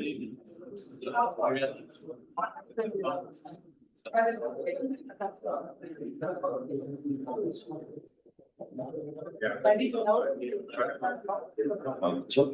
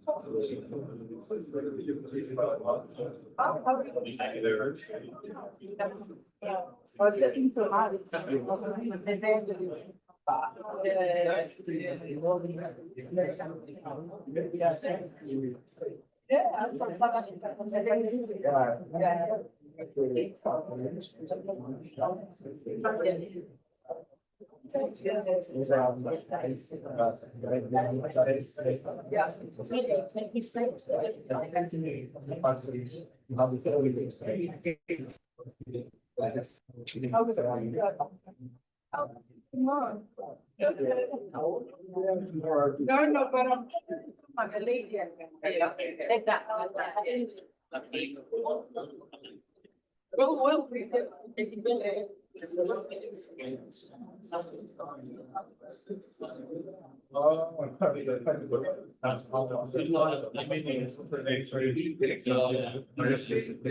You're the only one from the park with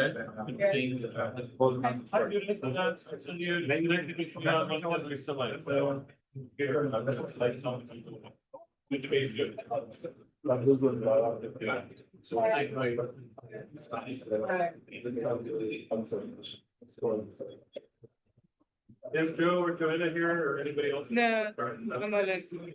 Yeah, just not around.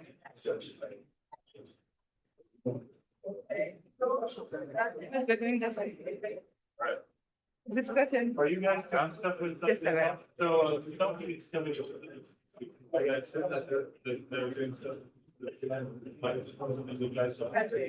Yeah, Contractor and Imejima.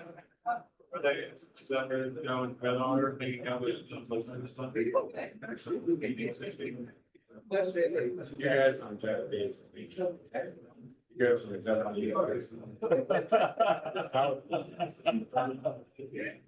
There, he's here for 4 days, he's gonna be. He's meeting you? On Friday, It's meeting on Friday. so I assume that, you know. Yeah, that was that, yeah, that was that yesterday and today. I think tomorrow maybe they're meeting you. Friday. Friday.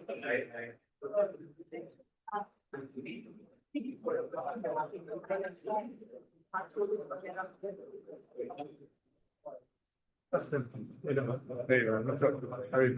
full, no problem. You're good. You're fully based here now, right? Unfortunately, not yet. How's it going? You remember me? I'm trying to remember where I I know your came with face. John at your place. This is one I'm really. Thank you. We met in your office. That's good. I'm saying, you know, you're. But how is everything? Good. Yeah. Yeah. Welcome to Kenya. Thank you so much. Yeah. Look, I have a call that also. Is it possible to switch with these? Yeah, whatever. Your session is today. Thank you very much. Yeah, that's right. It's kind of black. Just if it's only it's not. But it's It's okay, it's okay. So just next time.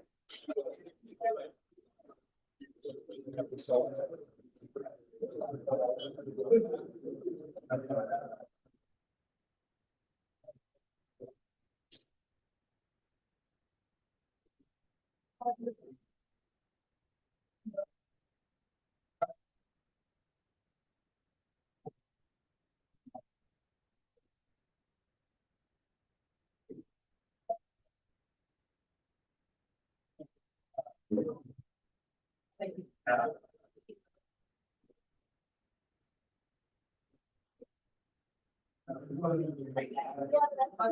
have definitely like good things to learn. This is the point that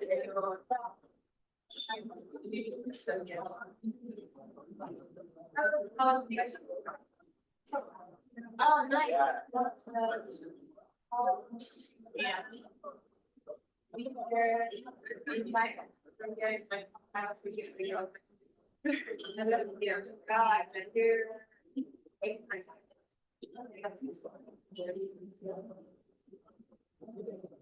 Yeah.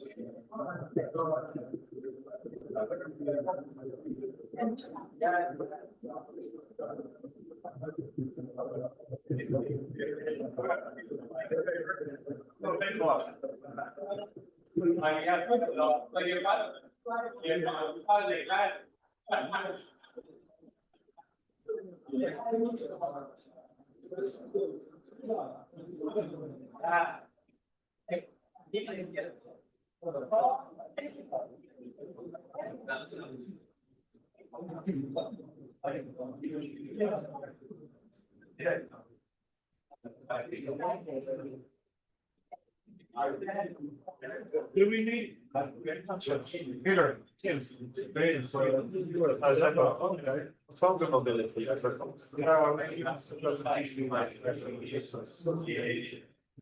going? We are. So are you guys doing? Like breakfast fest or no, we worked with a couple of bolivians now, like the one that we want to have on the road is collaboration. I appreciate the power tree. They provide the term sheet with some of that. Yeah, so they're actually, they own the, and they also sell the so the main is like eligibility. So like the rest of like packing. But then they have their own.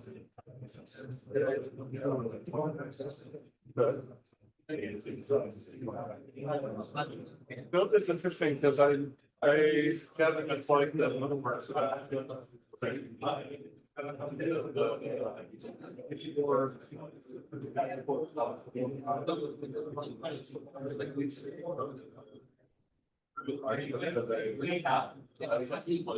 I got that from, I think 4 years. I mean, they're using the box. Probably is that the amortization of the chase is so fast, it's 4 to 5 years. And no one is gonna take a brand new motor and throw it, the build it. So, and yeah, we put the motor die. Got it, modified. So I put a $600 motor drivetrain on there. No, so that's, I think there's a misunderstanding, but everything, it's like, getting, it's like a used view, right? That's definitely, it's not scalable. Design and applying them is not a. Yeah. It's not, like, our client, so that's like the NAS. It's the one, the money is not one is the, I think we're going to say that, I know what you go, yes. And how specifically for this project, that's a use, I don't know, to monitor jobs, this has this, everything. The only thing that's depending on the motor.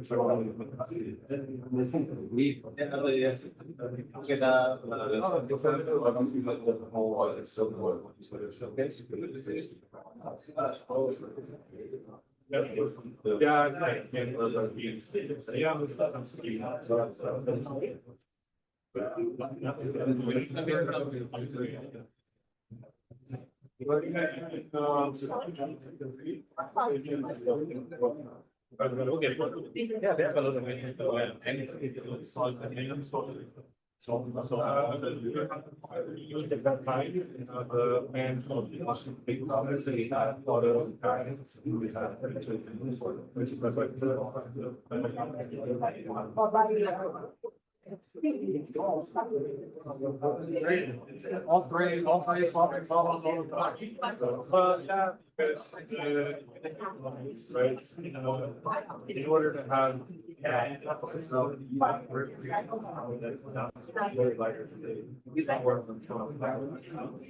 Doesn't make sense to invest in and just take over and have guys sitting on some of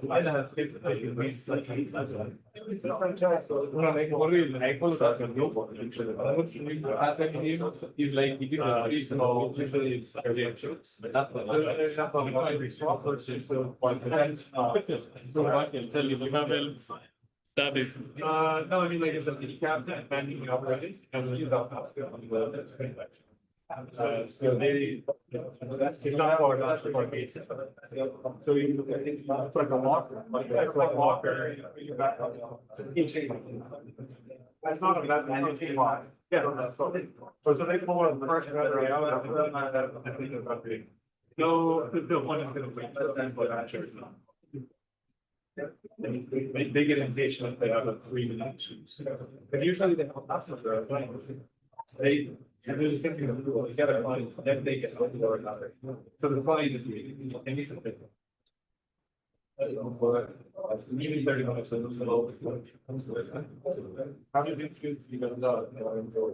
Honestly, it was the energy market. Electricity is very cheap. It was relatively expensive in the manufacturers. And also, so we go. And what's expensive was I don't know these things. You found like that.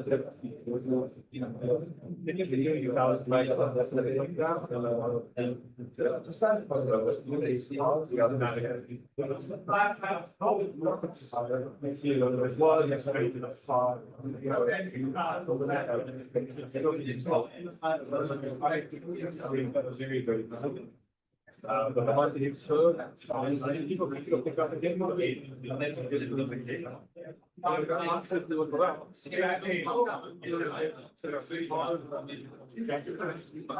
They are not.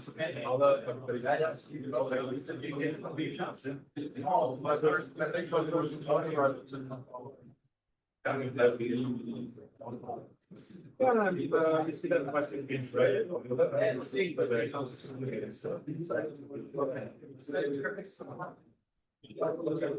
Yeah, that was really the driver. Retrospects.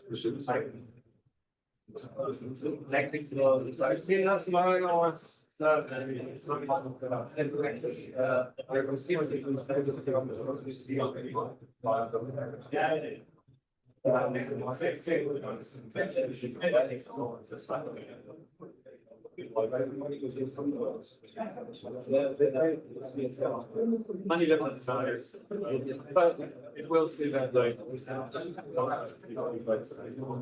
gonna be very hard. Which is not the case. It's just too much.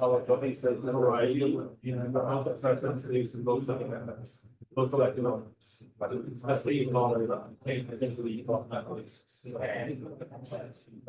So you have like, spiral is going on. There's something like. Yeah.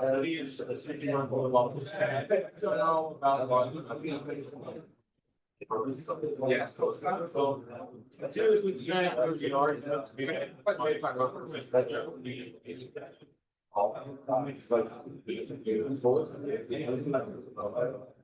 I haven't seen any close to that.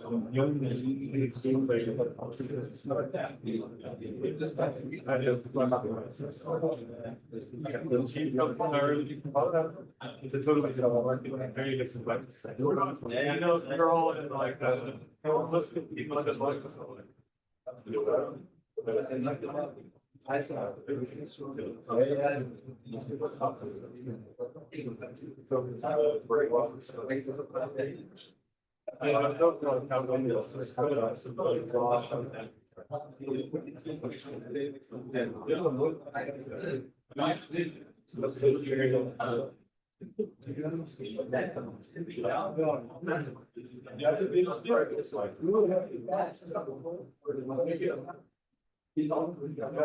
that's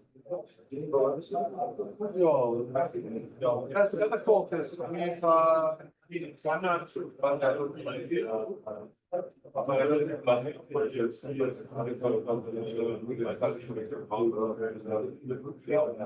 Everybody's very food. It's like a lifetime end of the fight.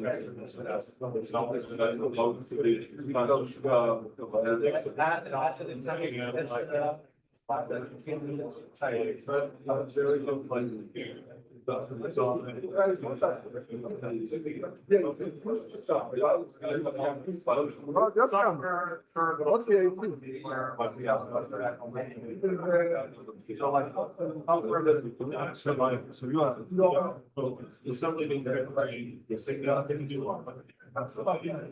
He's like no, he's got ready for it. He's got that for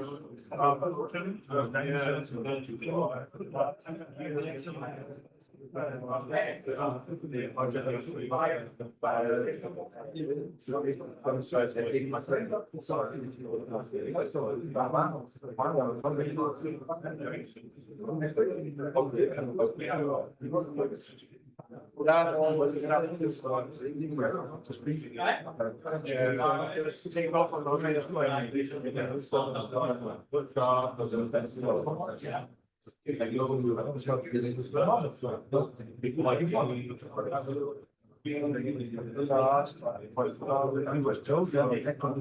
don't need to send me.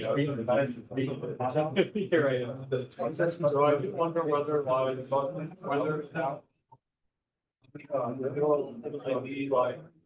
thought it was I normally completed my would be easier. This thing runs yeah,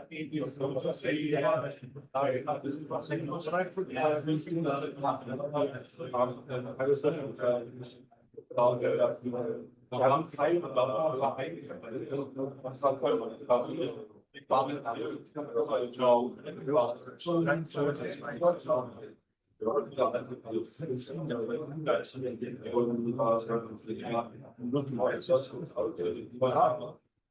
Oh, I have when he eventually got on speaker or something, that's what it's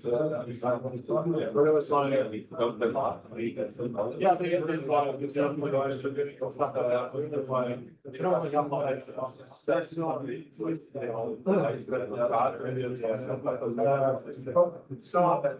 so what is and sometimes I can imagine to like similar situations of communications.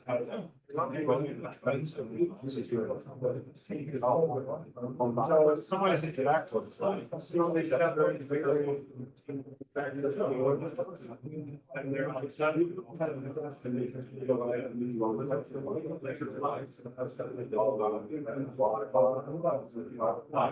I'm curious, who's going to like all that?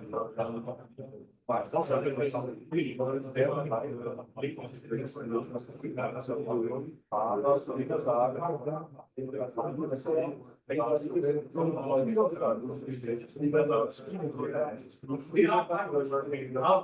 our next.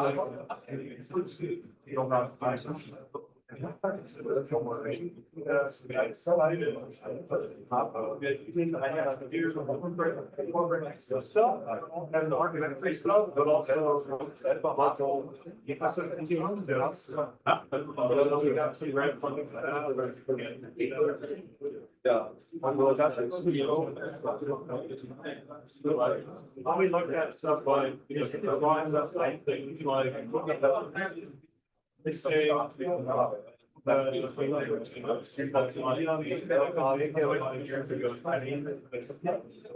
I remember back in the last college, this is so much fun. Yeah, so it has, having startups associated with it. It's all about ecosystem. So the same thing happened with all things like, so the working space, random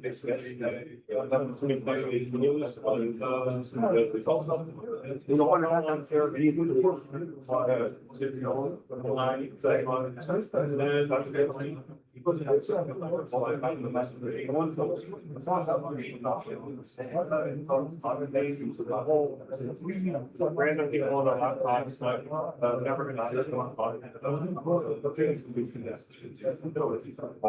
That's not training.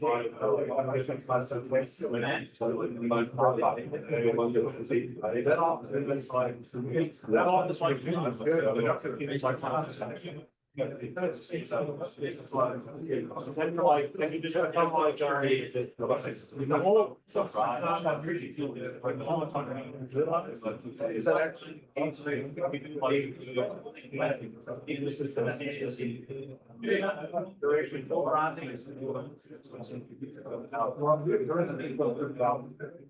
That's like, you know, players like the places, players, they're C players, so nothing. I don't see you have like basically. That's the goal to think about. That's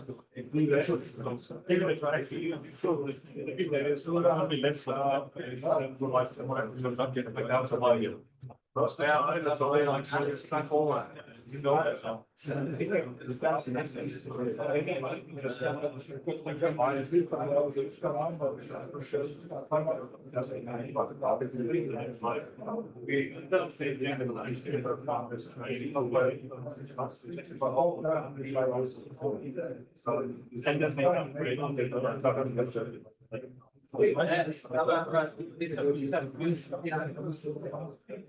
I've got one. So many guys.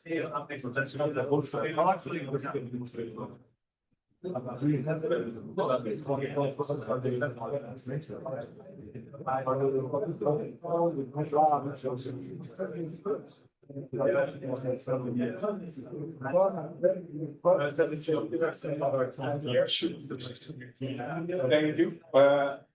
Let's settle down. Let's settle down. Let's just log in. You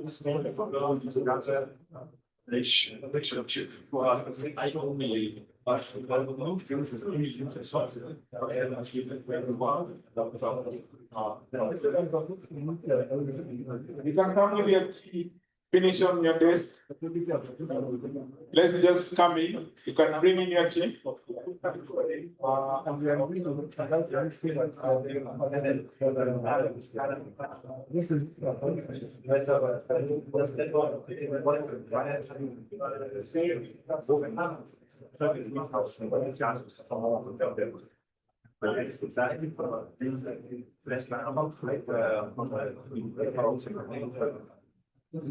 Thank you.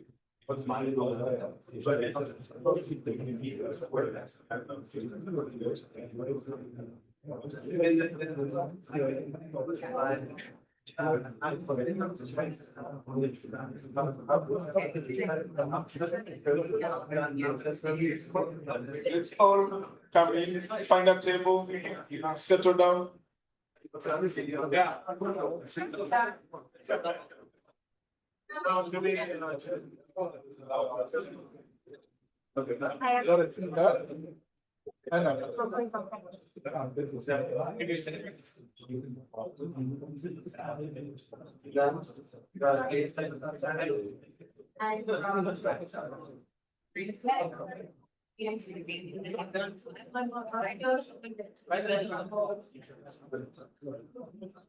But I think.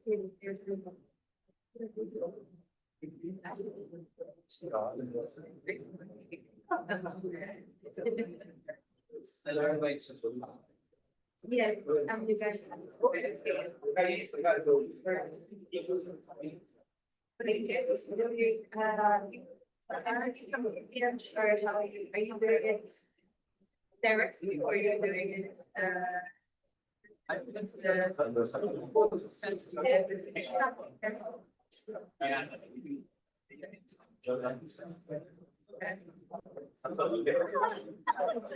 I think it's very funny to a business.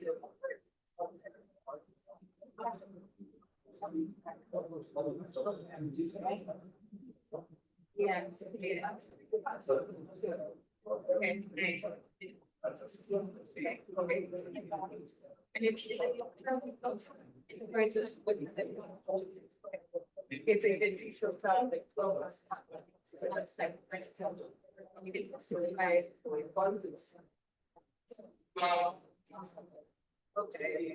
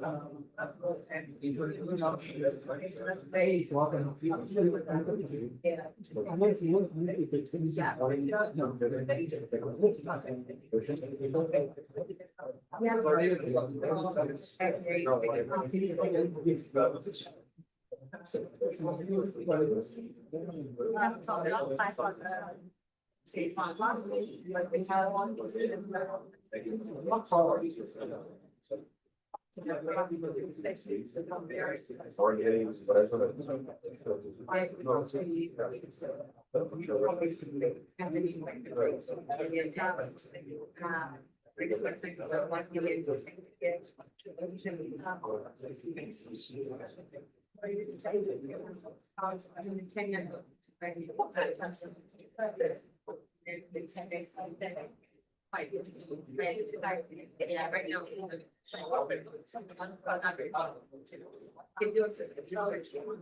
Where we are in the funds.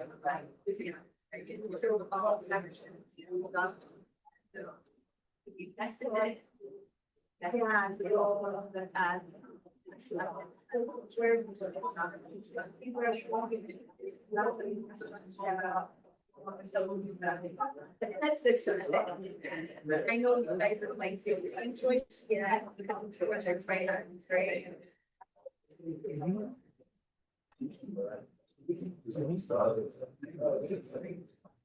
If it's in that, you know, that's so, hell yeah, I always, you are also, you, have, like, you must feel like, how much, great.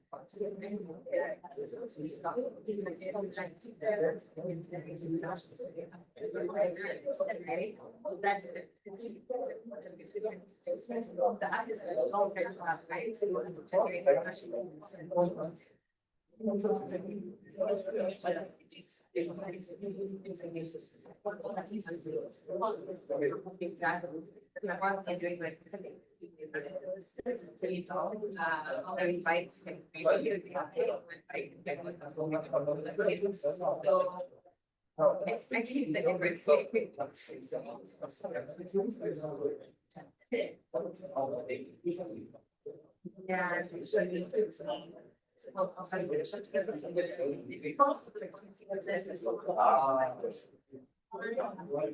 Thank you very much.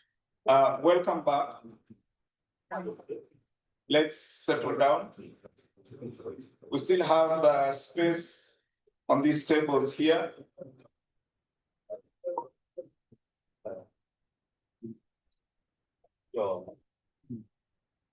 Yeah.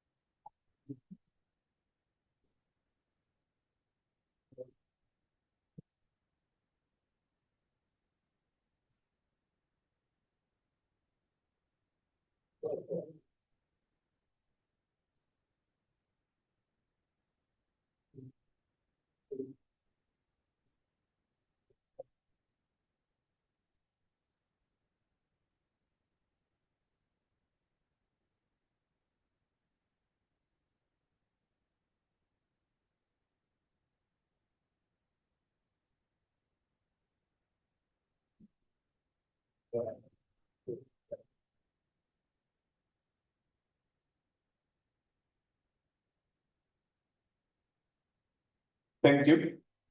So next on stage, our speaker is the director at Ecotrify Tech Limited and a leading voice in regional EV advocacy. As a founder and chairman of Electric Car Society of East Africa, he has been pushing both technology and awareness to accelerate clean mobility adoption across the region. Please join me in welcoming Brian Kipkamoy. A round of applause.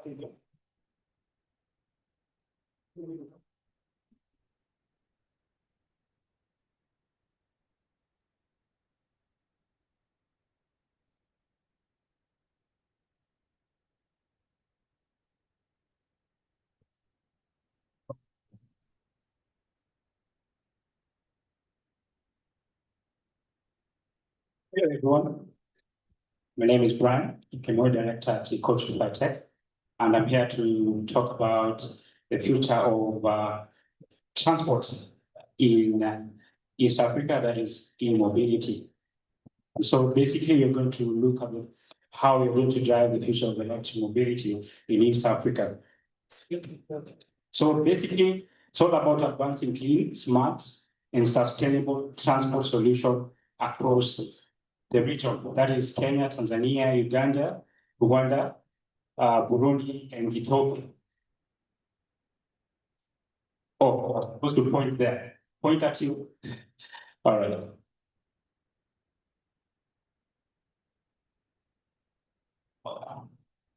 All right, so this is a defining moment for East Africa, that is e-mobility. And so what we are trying to look at is simply, East Africa is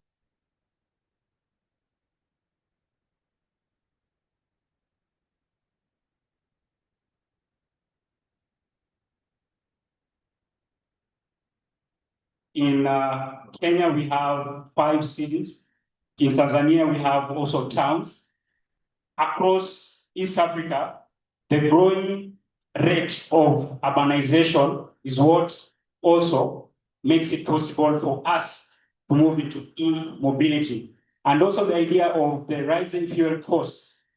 Actually, I recently was going through some research, and it says that Kenya, in terms of the fuel, the cost, the price is so high And simply, that is one of the reasons, not only in Kenya, also in other places, that's why we having to drive this narrative of electric mobility because of the rising fuel costs. And also something else to also look at is the tech-ready youth. The youth are ready to embrace new technologies that are new, innovative, and that's also what is making e-mobility move in East Africa. So if we strategically now, if we act strategically now, we won't just catch up with the rest of the world.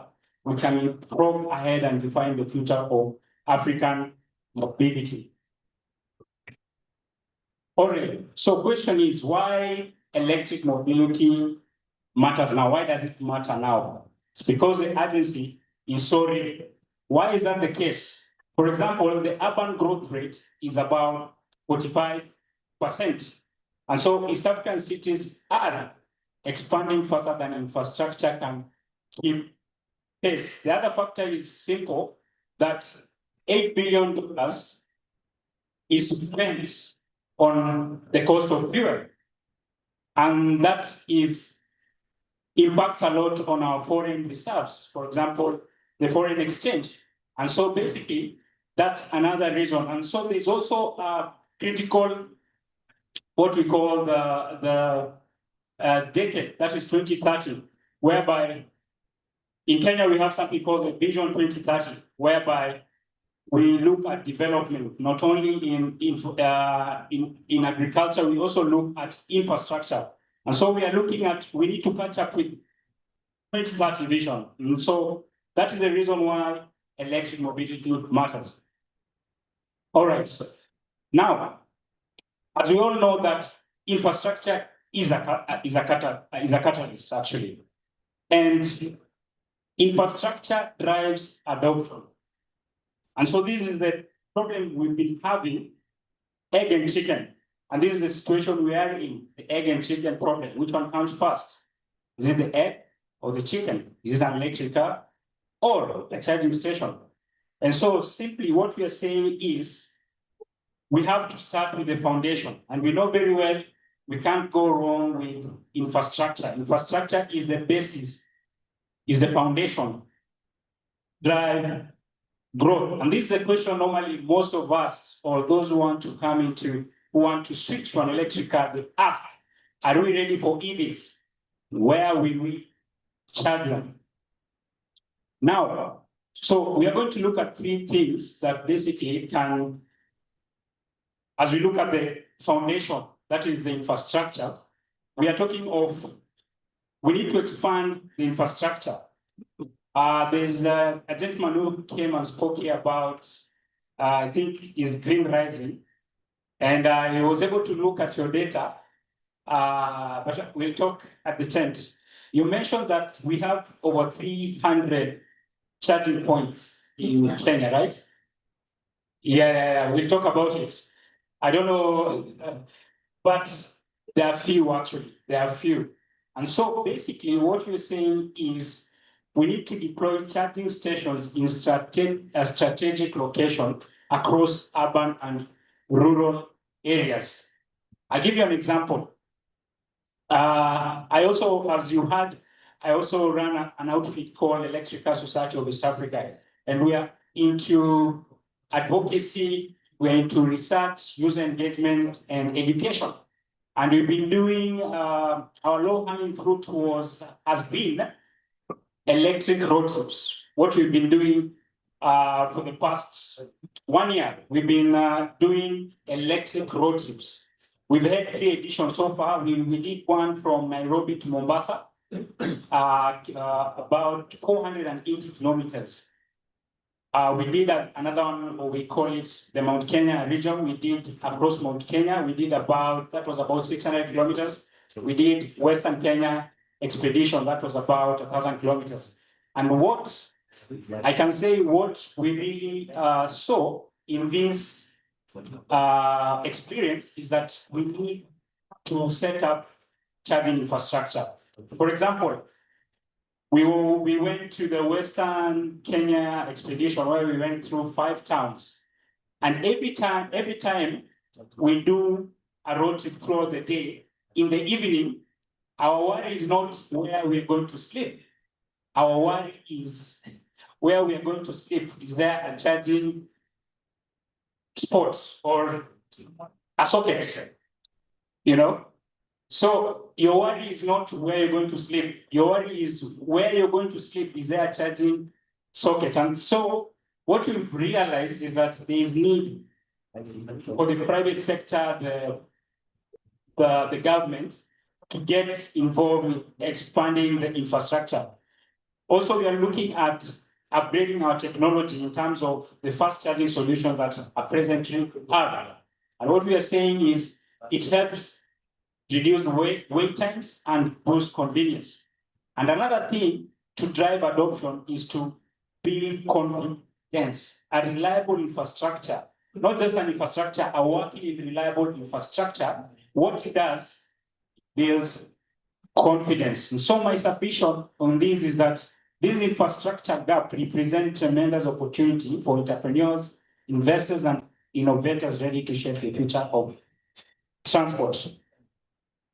Let's look at another thing that can help address this adoption is policy. And there's something else maybe I can say. Policy plus awareness is equals to growth. Policy plus awareness is equals to growth.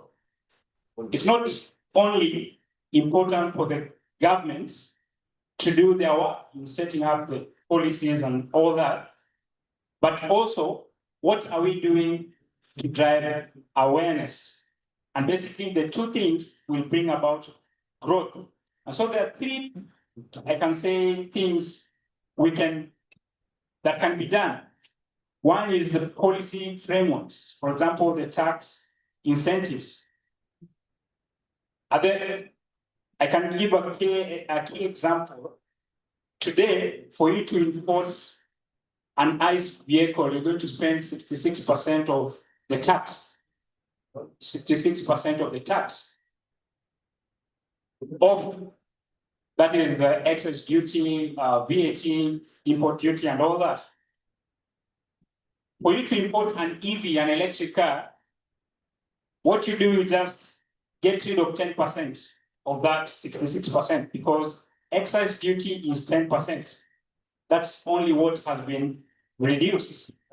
And so for us to encourage adoption in East Africa, this has to be addressed. Tax incentives has to be addressed. And that's why what is happening today is that local assembly will drastically bring the cost down. For example, local assembly will have an impact of 22% of the tax, all right, as compared to the ICE. ICE is 66%. And so what we are looking at, the tax incentives, the import regulation, the safety standards for investors and consumers. And so another thing which we think is important, and this will really impact the adoption of electric cars in East Africa, is public education. Public education. And I gave you an example of what we are trying to do at Electric Car Society of East Africa is by doing, for example, road trips where we do road shows, where we make a stop in every town. And I remember when we were in Eldoret, we were able to make a stop there, and guys came and gathered and tried to ask a lot of questions. They are very, very curious to know how this electric car works. And so let me say, public education starts with you and me by encouraging citizens to, by educating citizens. For example, what we are saying is many citizens believe EVs are too expensive or impractical. That's what we see out here. That is what is really a barrier with adoption, that EV is expensive. Another thing is it's impractical. And so we have to show people that for sure this is not expensive. It might be expensive in terms of the initial cost of acquisition, but the running costs over time become cheaper. Something else to look at is the strategic partnerships. And so governments, private sector, NGOs, international partners must collaborate. We have to collaborate to drive this narrative in East Africa. All right. Another key is to understand is community accelerates learning. Community accelerates learning. And this is what we are saying. Building a strong EV community, because this is another important factor. At Electric Car Society of East Africa, we have communities in 6 countries. And as I say, Electric Car Society of East Africa is actually a regional initiative and is a community-based organization consisting of electric car owners, enthusiasts, operators, and specialists that have come together to ensure quick adoption of electric cars in East Africa. And what we are saying is we need to have owners, electric car owners need to share the experience. And if you're here and you're driving an electric car, ask yourself, how many people know about what you're driving in your neighborhood? Do they know how it works? Owners need to share their real experiences, challenges, and successes. Another factor is new adopters also need to learn. That's why we have workshops, we have seminars, we have exhibitions to ensure that we have those who are enthusiasts to come and participate, for them to be able to learn more about the EV community. Also, policymakers should listen, because ground truth informs better regulation. And that's why the policy guys need to go to the ground. And I want to invite them to our next road trip. We are going to do another one in South Nyanza, whereby we're going to meet the locals and talk to them, talk to the ground, to ensure that whatever that is being implemented at the policy stage resonates well with what's on ground. Something else to look at is industry forums like this. We need to have industry forums, because industry forum is what informs, because there are people who offer electric cars, they sell electric cars. There are people who offer electric infrastructure. Those need to come together to be able to discuss ways in which all this can be done. I've talked about training programs, I've talked about innovation hubs, and also regional coordination, which is very important. Very important. And this is simply by having cross-border partnerships, harmonizing standards, sharing infrastructure, and creating unified markets for economies of scale. Research and data is also something very important. All right. So what are the opportunities? Electric mobility transition isn't just about transportation. It's catalyzing an entire new economic sector across East Africa. And so, as you can see, there's opportunity in infrastructure development, technical innovation, and digital solution. And so what we're saying is we need to deploy charging networks, we need to have grid upgrades and renewable energy integration. And also when it comes to technical innovation, battery systems are important, vehicle conversions and maintenance service. And digital solutions, that the apps, the fleet management platforms and data analytics. So investors are taking notice. Young entrepreneurs and established businesses alike can build scalable ventures in this rapidly expanding space. So what about the sustainability and emission reduction? What we're looking at is having cleaner transport, healthier cities. And we know the benefits are so much immense, reducing carbon emissions by 60%, which is a goal by 2035, and also integrating renewable energy. Like someone stood here and said 90% of energy in Kenya is fueled by renewable sources. And that is quite encouraging. How can we integrate that to this? And what we are saying is there's potential of up to 70%. We are looking at also health benefits, which come as a result of harmful emissions that affect our respiratory health. And so this is what we are looking at, reducing in pollution-related medical expenses. All right, fantastic.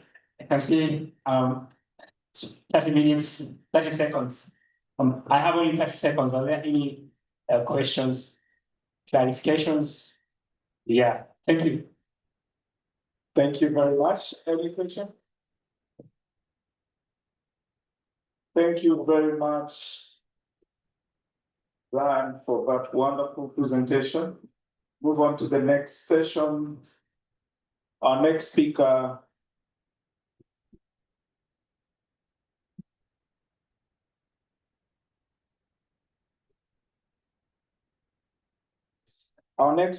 is the CEO of Zembo, one of Uganda's leading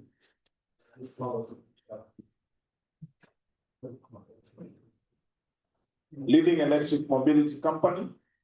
He has almost 2 decades of experience driving growth and operational execution in Africa, first changing markets, including pioneering battery as a service model that is transforming transport for border riders and lowering emissions.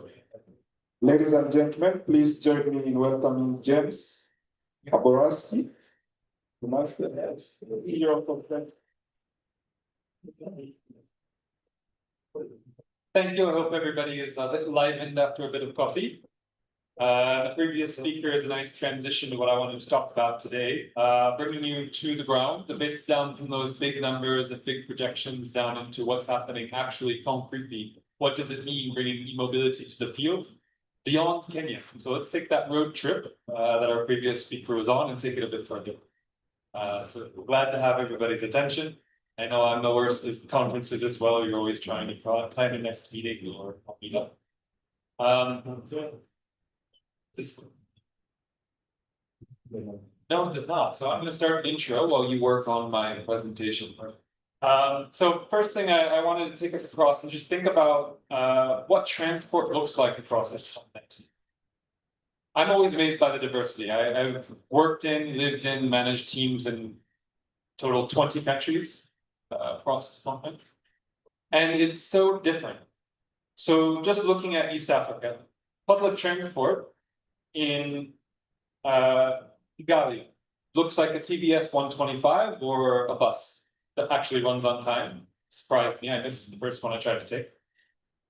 Here in Nairobi, it's mainly a small Toyota Viz on Uber, right? It's a four-wheeler miniature car and plenty of Bodas. And in Kampala, it is a Bajaj Boxer 100 in red that everybody is driving on. You take you to West Africa, a lot of Bajajes in Benin, but we have in the Francophone countries the dominance of Chinese brands, Lifan, a few others. So why is that? What is driving that diversity? A lot of these are about the fundamentals of infrastructure, and then of course some cultural context and political and regulatory context. Presentation, anybody? Not yet. Breaking down a bit of that context, part of the reason why we see the lower cost Chinese brands dominating in Francophone countries is BCAO.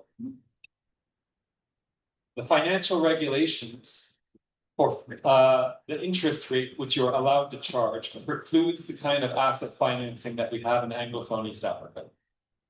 It's capped generally around 24%, and they're very attentive to fees. The typical interest rate, for those of you who are familiar, not a criticism, with the asset financing, there are wonderful partners. But it's much higher than that. And that makes it infeasible, so people pay cash, which means they need the lowest price vehicle possible. Maybe. You zoom in. Almost there. So this is a fundamental change, right? The size of the vehicle, boda bodas, pikis, the motorcycle taxis here in Nairobi are generally 125 or 150 cc. Why? Anybody know why? And they're 100 in Kampala. Infrastructure, this is a very spread out city with large roads at high speed. So you need a larger vehicle capable and rated for doing those higher speeds and has the motor to do so, otherwise we're gonna get run over by this. In Kampala, we have a city on hills surrounded by swamps, which means that we have extremely narrow, tight roads. The average speed is only 30 kilometers an hour. That's real data from my fleet, 1,000 X. Which means that you need a small compact vehicle that can navigate in between traffic, trying to fit in between lanes that were not designed to have motorcycles alongside cars. So these fundamental aspects are not going to change when we move to EV. It's going to be the defining factor.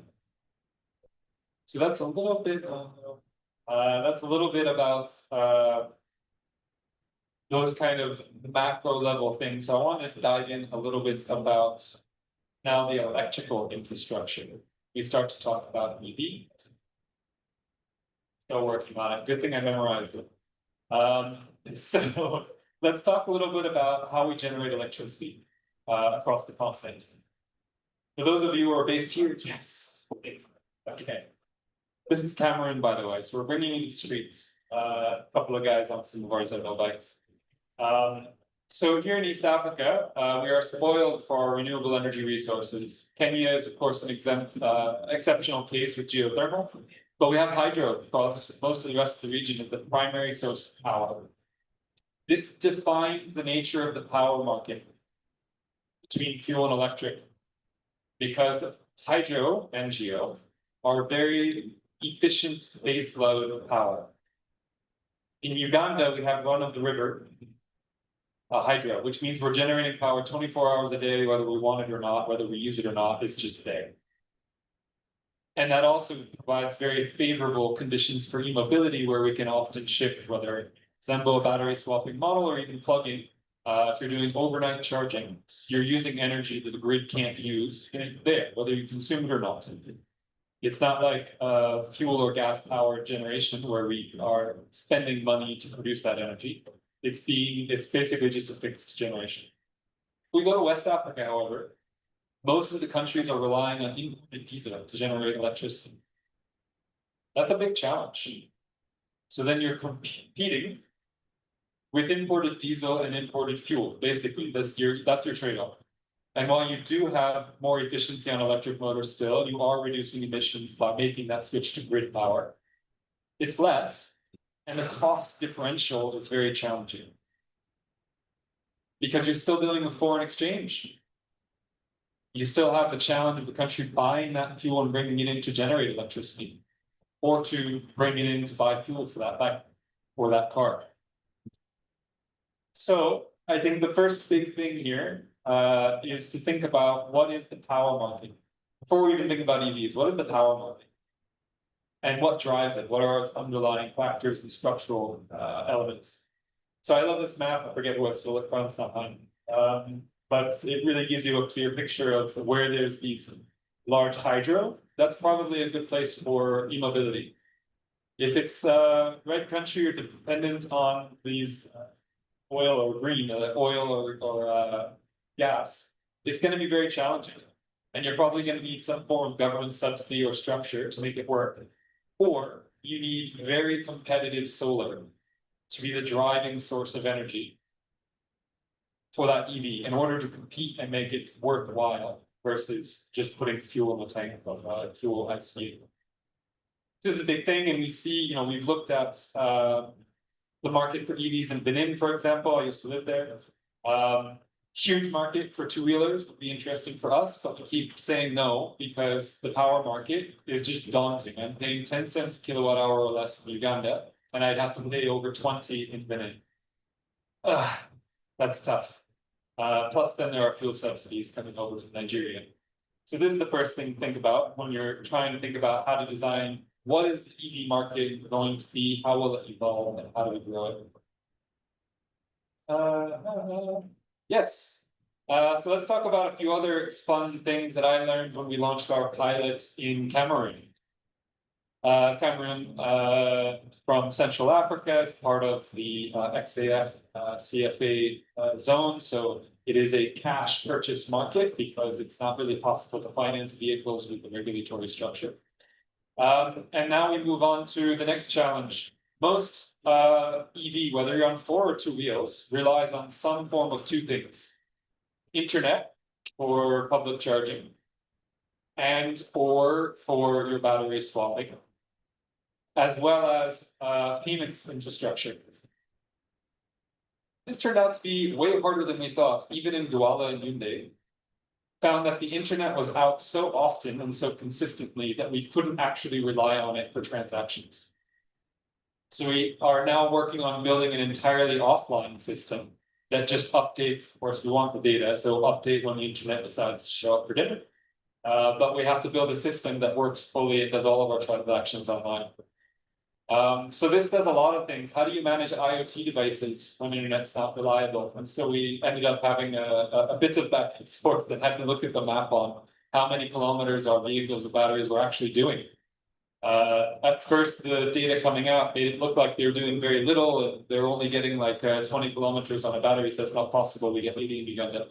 And then we realized it's because the points were jumping around whenever the internet came on.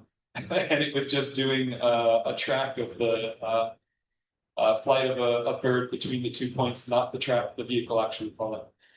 So these kinds of things are very, very challenging, and you need to rethink the kind of hardware and the kind of transactional structure and infrastructure you need to build for electric vehicles, which is less of a problem for fuel where you can pay cash. The second thing, and that brings me to the payment side, it's changing, and I see it a lot more in countries like Ghana, where even a few years ago there was almost no mobile payments. But we can often forget, sitting here in Nairobi, the home of mobile money, its originator, that mobile money is not universally accepted outside of Kenya.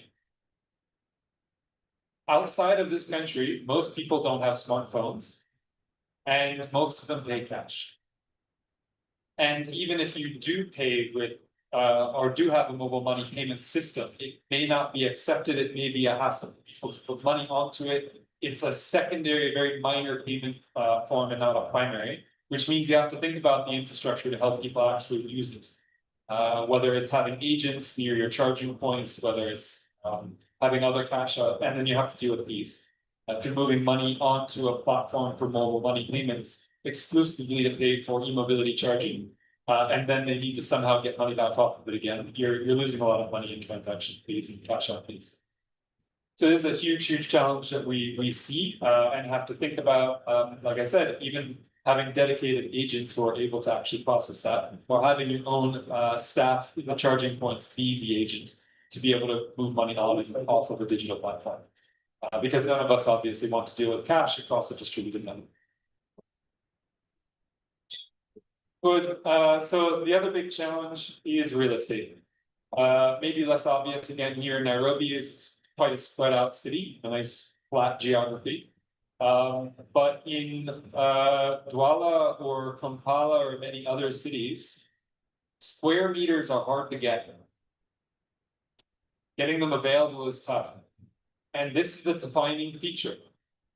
If you want plug-in charging, and we saw these lovely public charging stations in Addis at African Mobility Week, luckily the government there is simply able to bulldoze whatever's in the way and put those charging stations up. That's going to be very hard politically and economically in a lot of countries. If we look at downtown Kampala, this is simply out of the question. Unless you plan on stacking those electric cars or bikes on top of people's heads, it's just not going to work.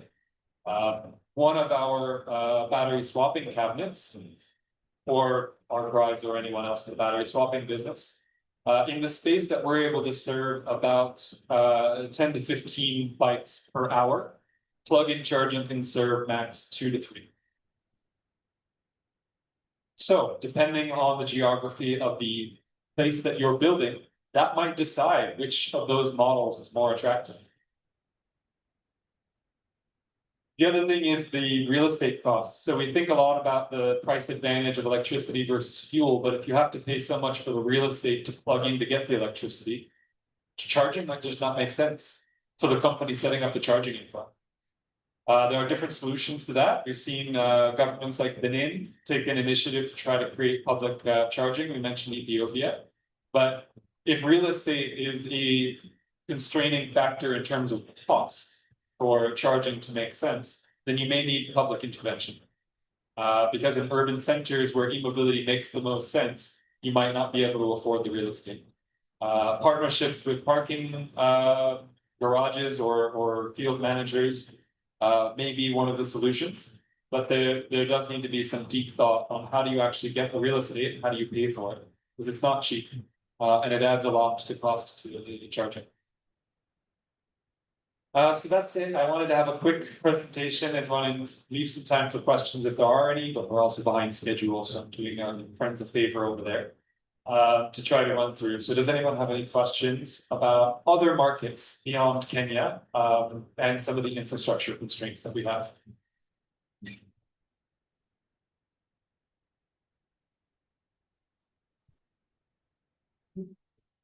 Yeah, hey, just go ahead, Matt. Thanks, Dan.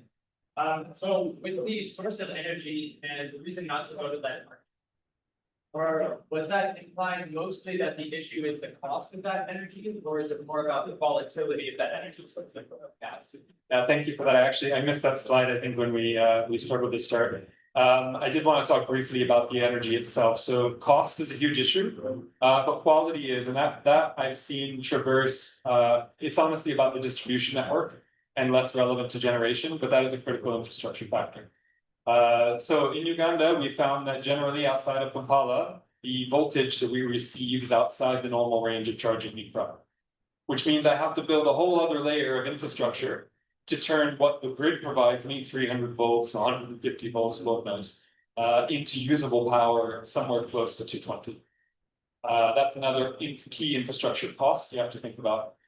In Cameroon, the big challenge that we ran into right away is that the low voltage network is primarily served by 160 kVA transformers. One of my hub stations uses 200. So that means that our hub stations exceed the capacity of the entire neighborhood's transformer. So now we know that in order to grow with our partners in Cameroon, we need to start thinking about taking medium voltage, usually 11,000 volts, and putting in our own transformer network just to start them. That is the starting point of building a viable charging network. This also drives the other factor. Most fast charging points for vehicles, because of the amount of energy you're consuming, do require transformers. That's again a base case, so you should have to assume you need that. And it's again the two factors. One is how clean is the power coming in and usable, and the second is can the existing infra handle it? In most cases, the answer is no. So we need to be partners with the public utilities to be able to build these sort of mini local transformer or power distribution centers in order to turn what's available from the grid into something we can actually use. Thank you. Thanks, James. I've got two questions. One, there's a big sea of blue. Why Cameroon? And then secondly, when you're thinking about deploying transformer network, you see the capex just goes quite high. What's your thinking about either co-locating or dealing with utilities and financing that infrastructure development? Yeah, good question. And even in Uganda, we've had those conversations. I do believe in some co-locating, but of course, most e-mobility companies in the charging or battery swapping side are competing on also location. So that becomes a bit of a challenge from a competitive aspect. But I do think in some cases it's necessary, especially as you get out of city centers and into more rural areas where it just, everyone will be better off if you combine resources. So that's really important. Thank you. And then you asked why Cameroon and working with the utility. Well, yeah, We went to Cameroon partly because of a partner, but also because it looks like a market similar to Kampala where we're based, and we were correct. So our pilot proved that notion. And there's over 100,000 motorcycle taxis on the road in 2 cities there, so the density and layout made sense for us. But yeah, you have to partner, again, this comes into the question of utility. So I know the World Bank and Benin and government of Benin are developing a project to get those sites. I mentioned the real estate, but they're also planning to invest in power vision. And that's a key aspect of helping address those issues. The upfront cost is big, so there has to be an understanding or a tariff structure or agreement such that if the private sector is going to invest in that infrastructure, like a transformer, then the power offtake price has to be much lower. Right? Now I'm talking 5 cents kilowatt hour, right? To get something really competitive. Thank you. That has to come. Thank you, thank you. One last question for them. Yes, as you correctly mentioned, there's a bit of space in Kenya. So when is Zembo coming to Kenya? Ask our investors. With pleasure, I'd love to be based here.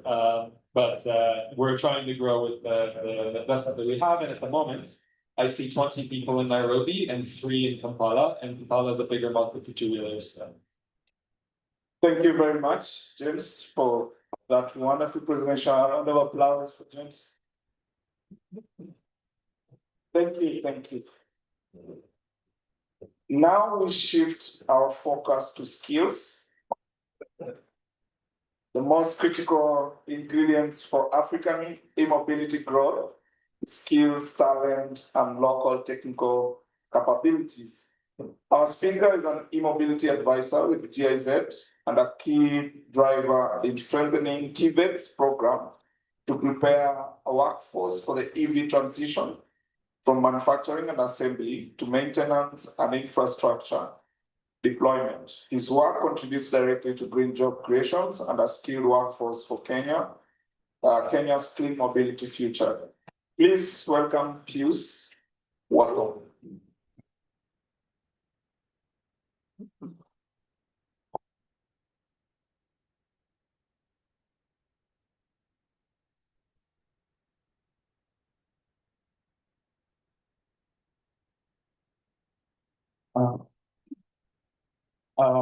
Afternoon. My name is Pius Watho. As you heard, I'm an e-mobility advisor at GIZ Kenya. Very much passionate about skills development as an automotive engineer transitioning to electrical engineering and auto electrics.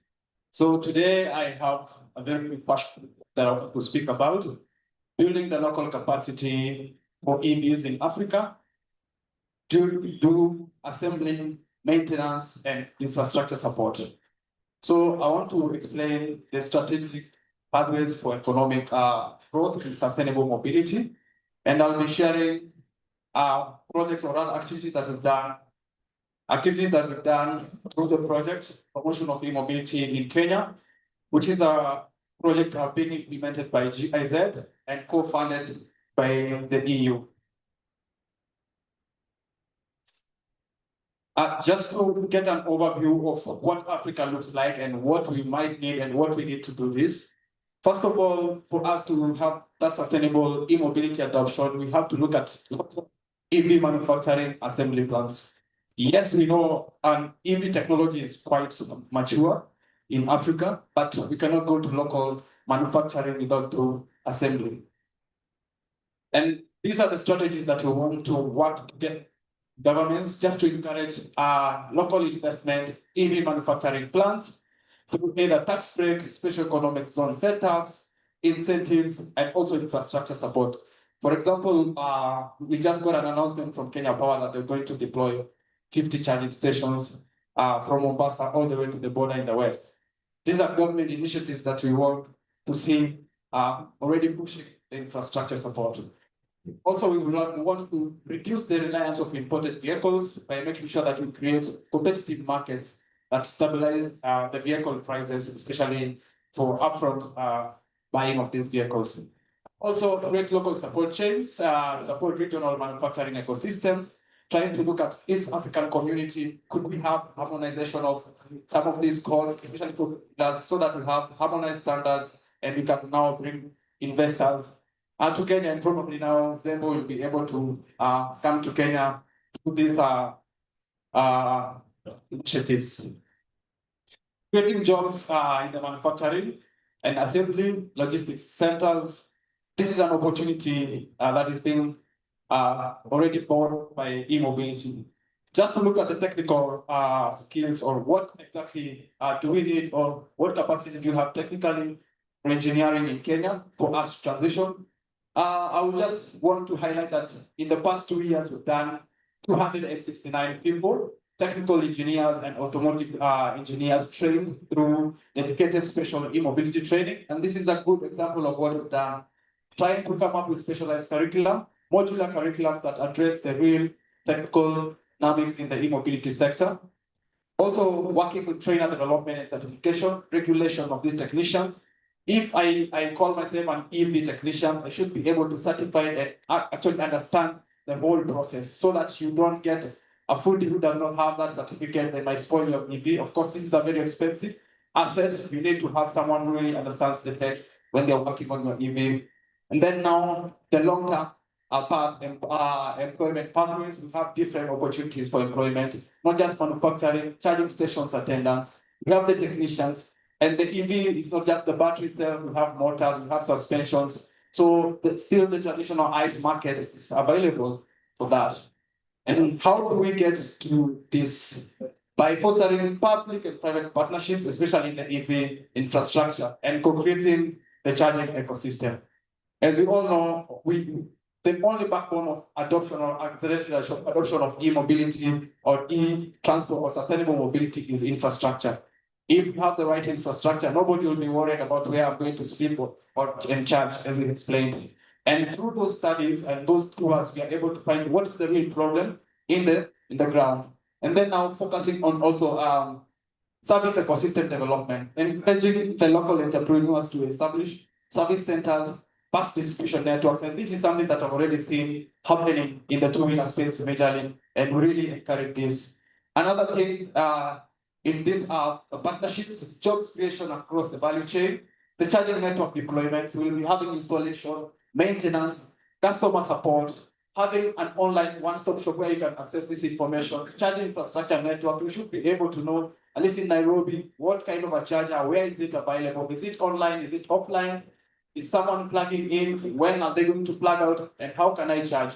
These are initiatives that we want to make sure that are brought on board. And another thing that we really have to focus on is promoting research and development. For example, in our project promotion of e-mobility in Kenya, we are working together with Siemens Foundation. They have a grant to help R&D, especially in the African setup.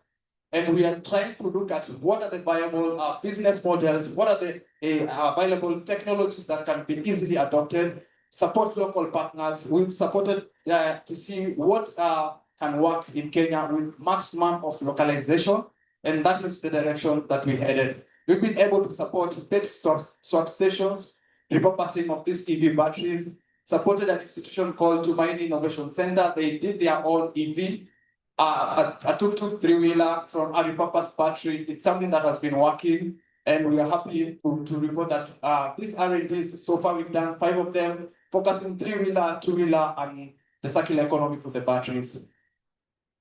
And before I finish, supporting of the growth of the EV supply chain, of course, from the raw materials to the finished products, we have to look at the different and the entire value chain.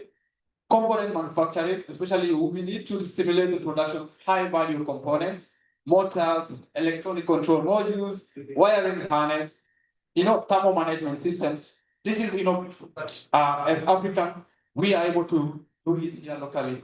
Mineral value addition, what comes out of the EV, how much of it is coming from Africa, and how much of it are we as Africans benefiting from the end product.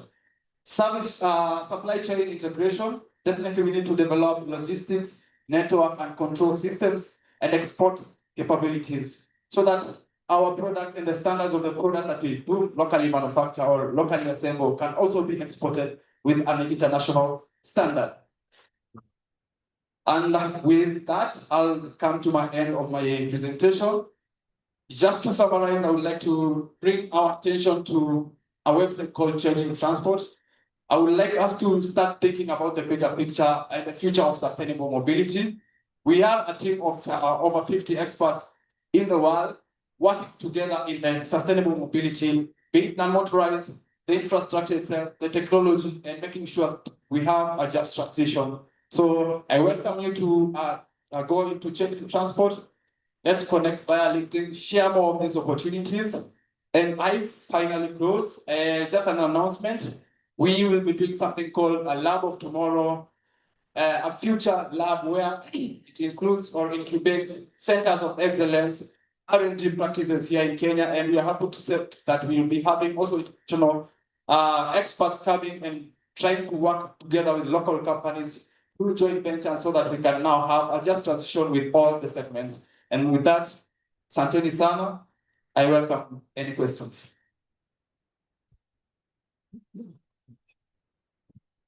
Thank you very much. Any question from the audience? Wonderful. So if there's not any question, thank you so much, Pius, for the wonderful presentation. We'll move into the next session, which is going to be a conversation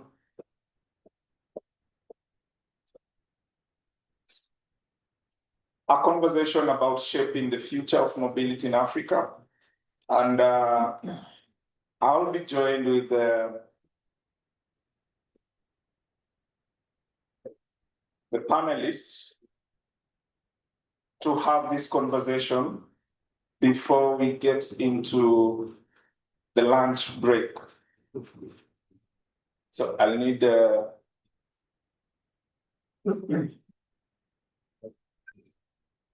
just need some help to get some seats up here so that we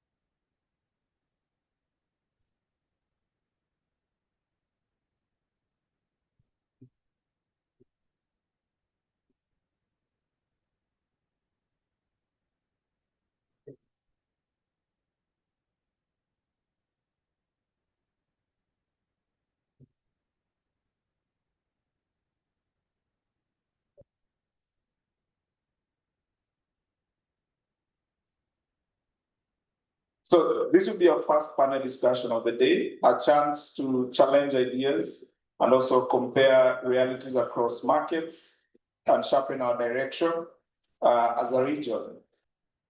This conversation will look into ways Africa's mobility sector truly stands and how we scale charging access and the evolving business models and how technology can shape the customer's experience. Leading this panel, I'll be leading this panel, this conversation on behalf of our moderator. And I'll be joined by panelists. Please put your hands together for Christopher Mara, founder KBTV. Christopher, yes. Prince Mustafa, I will be CEO, electric motor vehicle company. Khalifa Gwando,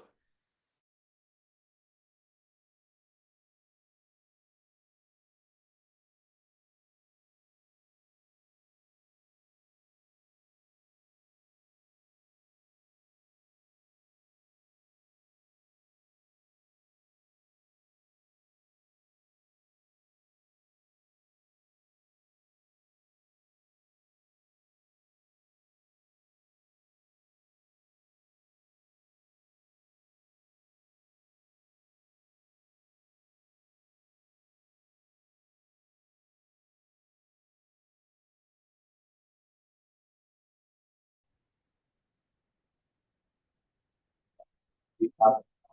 Or not.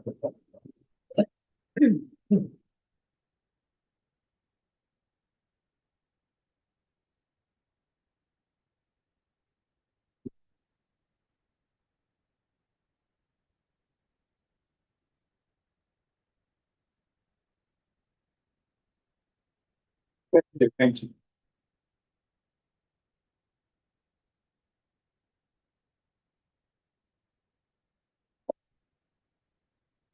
Welcome, ladies and gentlemen. This conversation is going to be very open-minded, and first of all, I want to just jump in and allow you to introduce yourself on what you do. Start with the lady.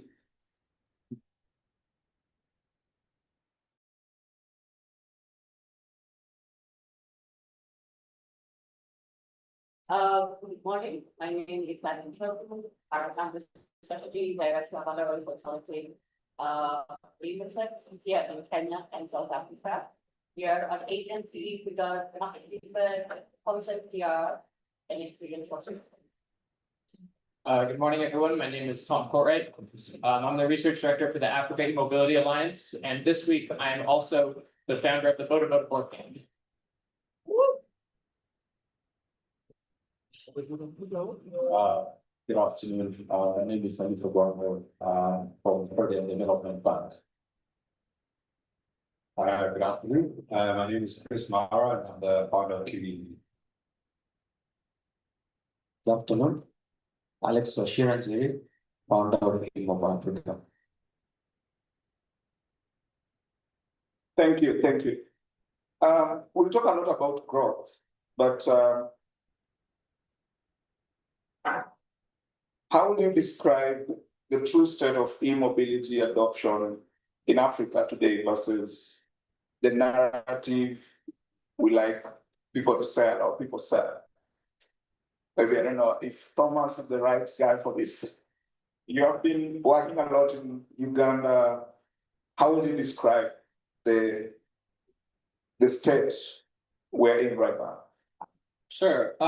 So first of all, on a whole, right, we start at the top level.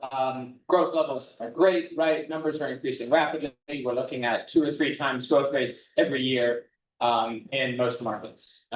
When you look across the continent, though, you'll notice that it's quite clear that EAC countries, and I mean specifically the classic EAC, not the Juicy, Uganda, Kenya, are still growing quite quickly. But there is nowhere near enough progress in places like Burundi, DRC, South Sudan, right? And then the other key differentiator that we see, of course, is that the two-wheeler market is growing very strongly, but the bus market is very limited, right? So you have companies like Basigo that are operating, but otherwise a lot of the bus initiatives are coming from governments. There's very little government funding for e-buses, so that's mostly in North Africa and South Africa, but not so much anywhere from Dar es Salaam to Dakar. So I'd say it's still quite staggered, but it's looking like we're going in the right direction. Thank you, thank you. I don't know if the sound is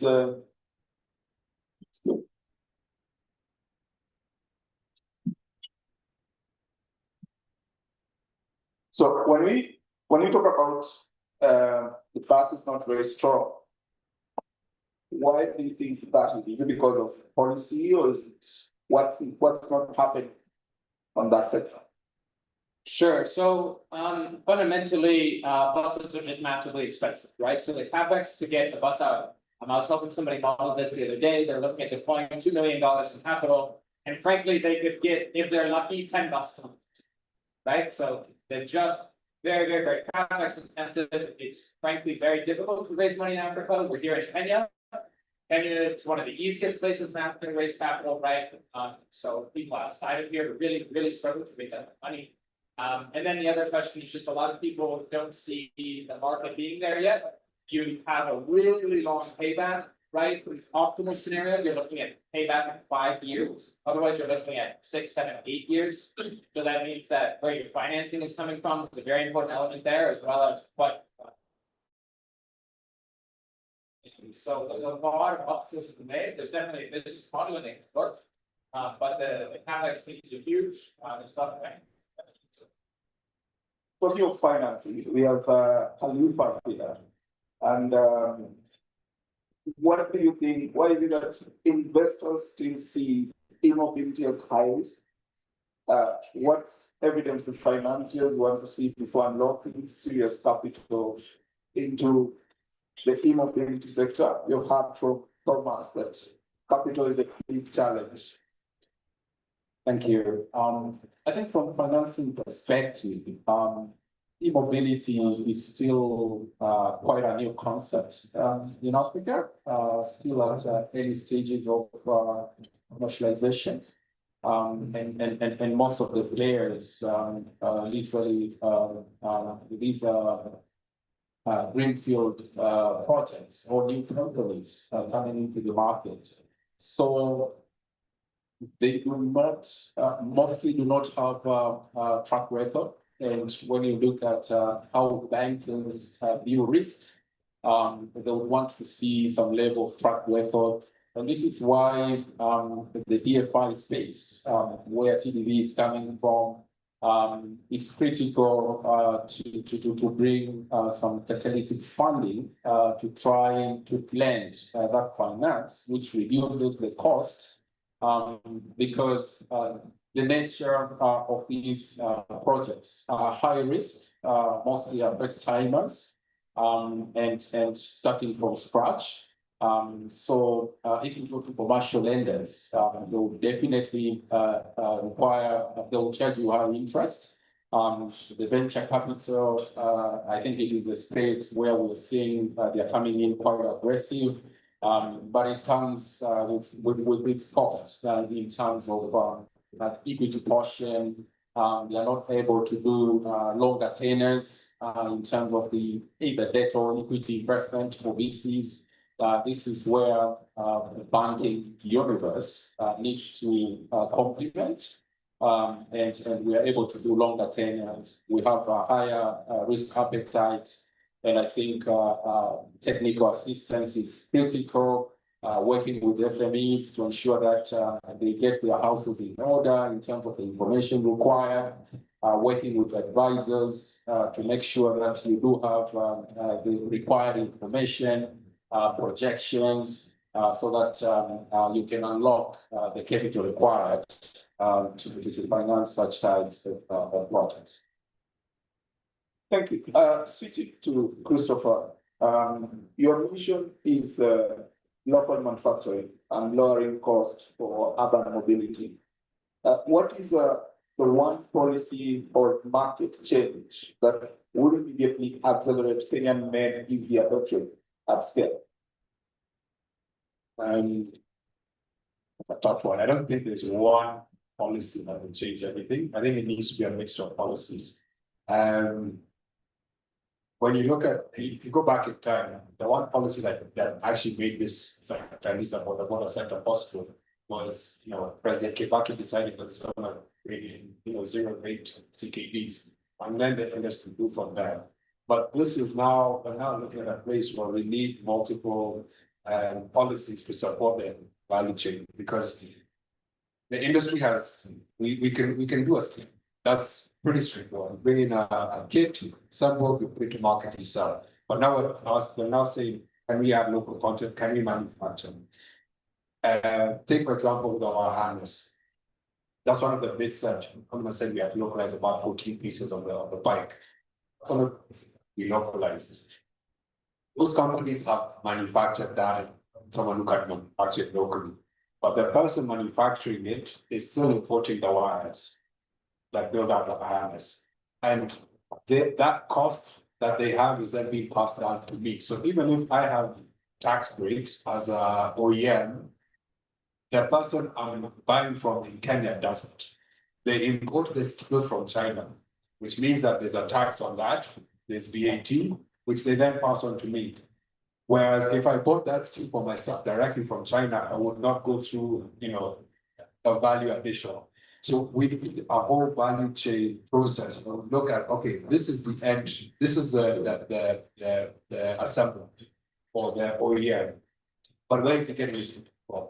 if he's wires from company X, what tax breaks can you give the company so that it's cheaper for the end product? If he's getting his steel from there, what tax breaks can we give that steel company? What tax breaks can we give, the person manufacturing the thing, so that the whole value chain starts to build? And then from there, I will start producing more and buying more locally. The person who is not doing the paint will produce more paint. So the whole value chain benefits from beginning to end. So it's not a one bullet will solve the entire problem. It needs to be looked at from a whole ecosystem. And that cuts across all the different segments, whether it's bicycles, motorcycles, cars, trucks, buses, the entire ecosystem. And even as far as going up, we are transitioning to petrol, but to electric, but even on the petrol side, if all those components can be made locally and the manufacturers can benefit, then the whole ecosystem benefits.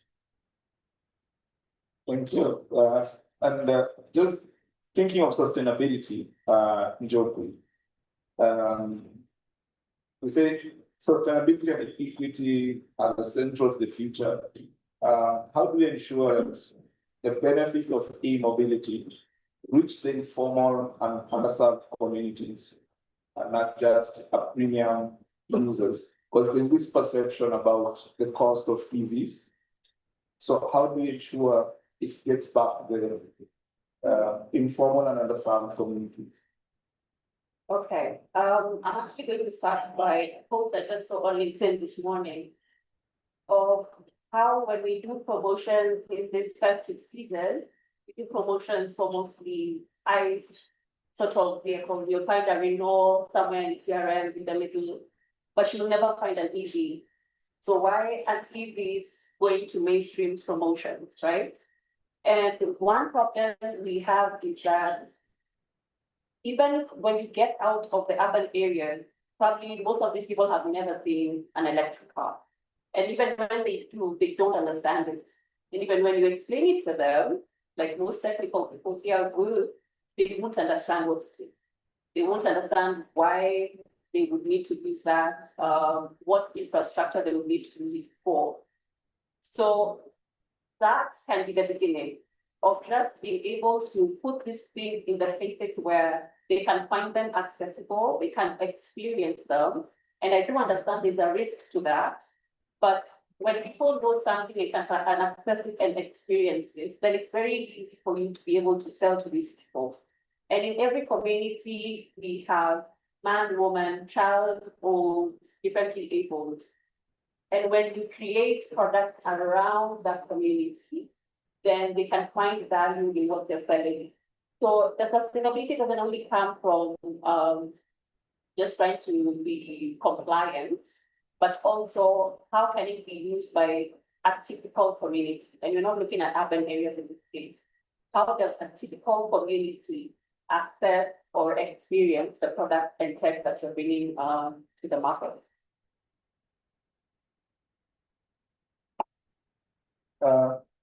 Just switching up to Alex.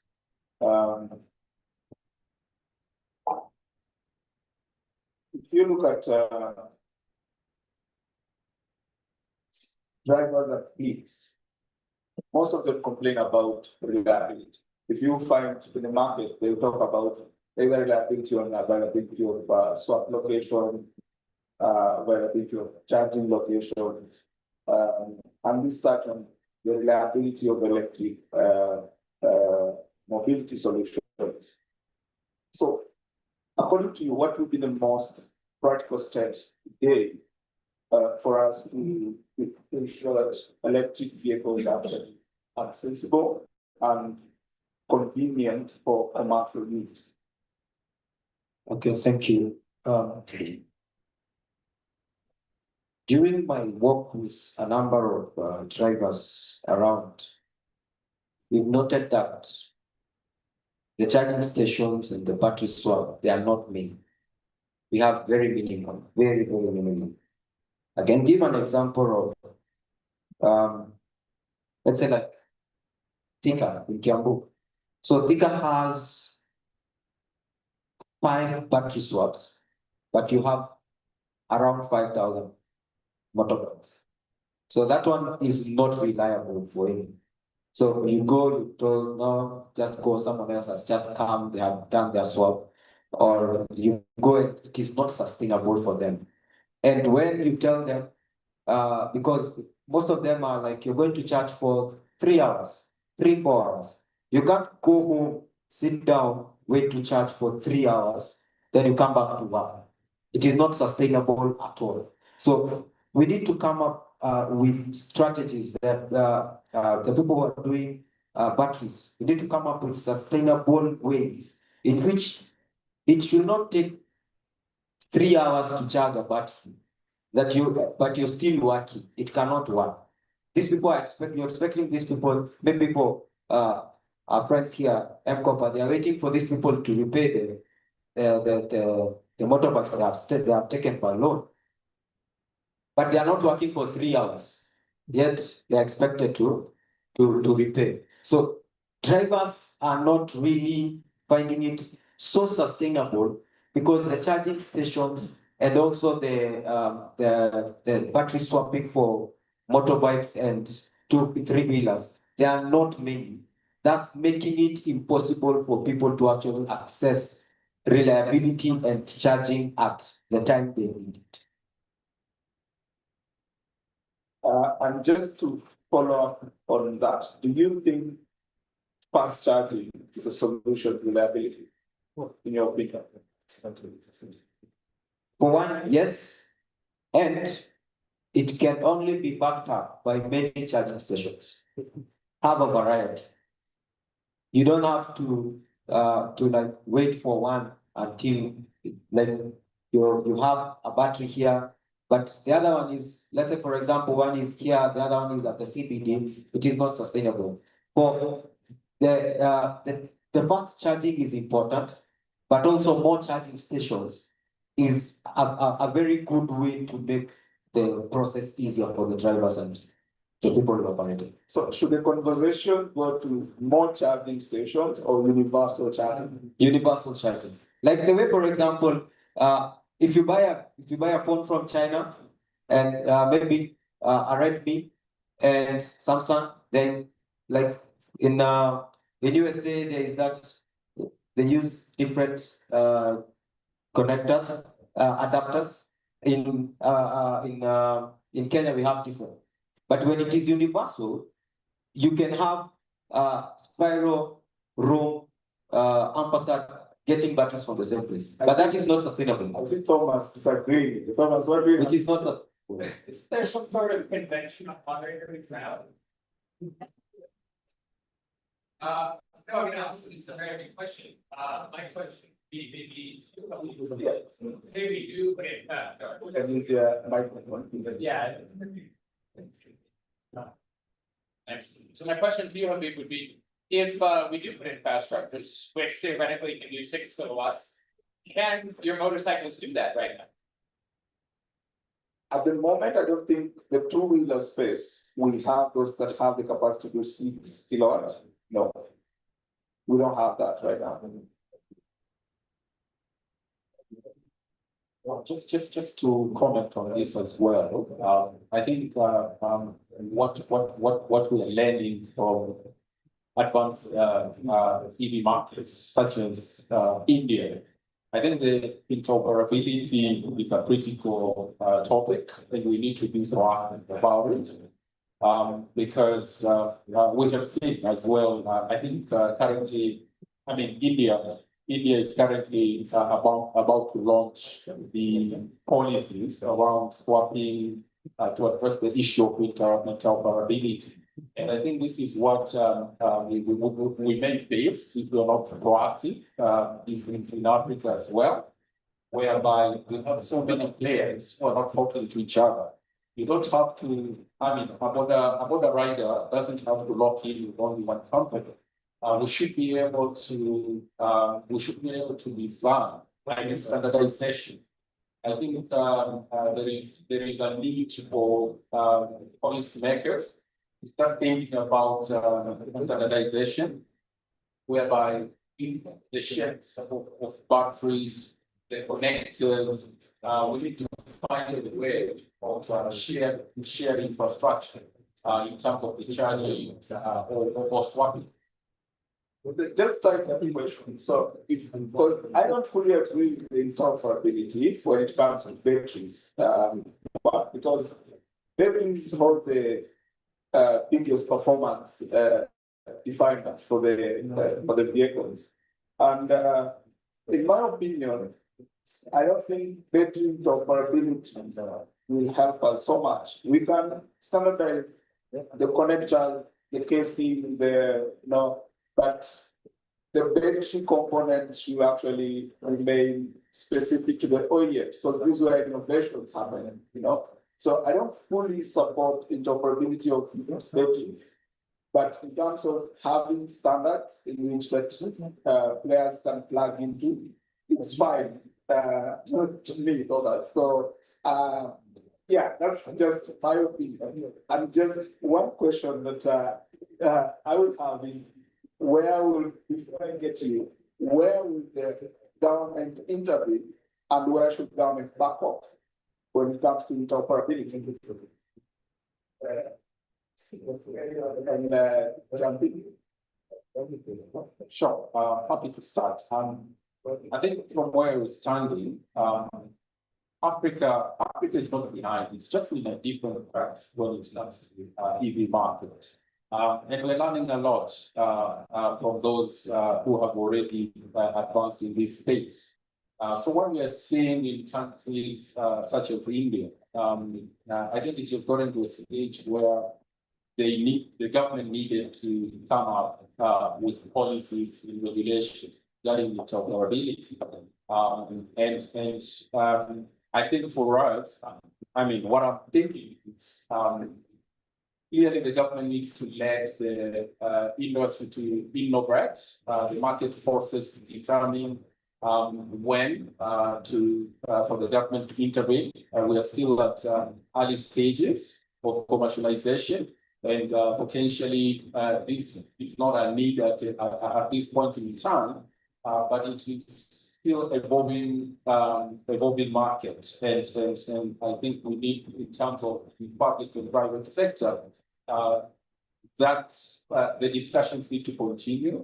Close monitoring has to continue, so that the government can see as when to intervene rather than just give blanket regulations without first seeing what are the challenges on the industry.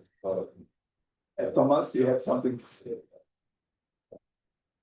Yeah, so I'll try to say this concisely because it's quite technically a complex topic. So first of all, if we're talking about interoperable charging, it's doable. What Roam is doing now, what Zeno is doing now with Type 6 chargers makes sense. Great, wonderful. In terms of battery swapping, there are many types of interoperability, right? Now, if we are thinking specifically about the type of interoperability, which solves the problem of a rider can only go to one type of station, right? Which means that the rider would have to be able to go to multiple types of stations. In order to do that, we need to standardize connectors. We need to have some agreements around the charging protocols. We need to also standardize the shape even of these batteries, right? And if we're going to do that, first of all, obviously that would have massive impacts on everybody's batteries today. Everybody's battery stock won't be useful, so it would have to be phased. This is a theoretical, I'm taking us through what would happen, right? So say we're gonna agree on these standards, we come together on these specs, we still need to ensure that what is inside the battery, there's enough flexibility to change. So take the example of Sun Mobility. They started off with a 1.5 kilowatt hour battery. They're now up to like a 2.5 kilowatt hour battery within the same casing. So it is possible to improve your battery within that casing. But then that would also mean that the battery OEMs produce to that all the local swap station owners and operators are using each other's batteries. So they have to have quite a high level of trust. Because if there's one fire, say at a Mazda station, that is a huge amount of damage, right? So that means that you need to have really high level of trust, that you need to have really clear legal agreements, and then very importantly, it means that you still need to be flexible enough, and somebody needs to be putting in the money to be constantly innovating on that battery. And that would require such a high level of government capacity. I mean, our governments tell us that possible, but it would be a very, very high level of government capacity intervention. I think when it comes to where the government should come in.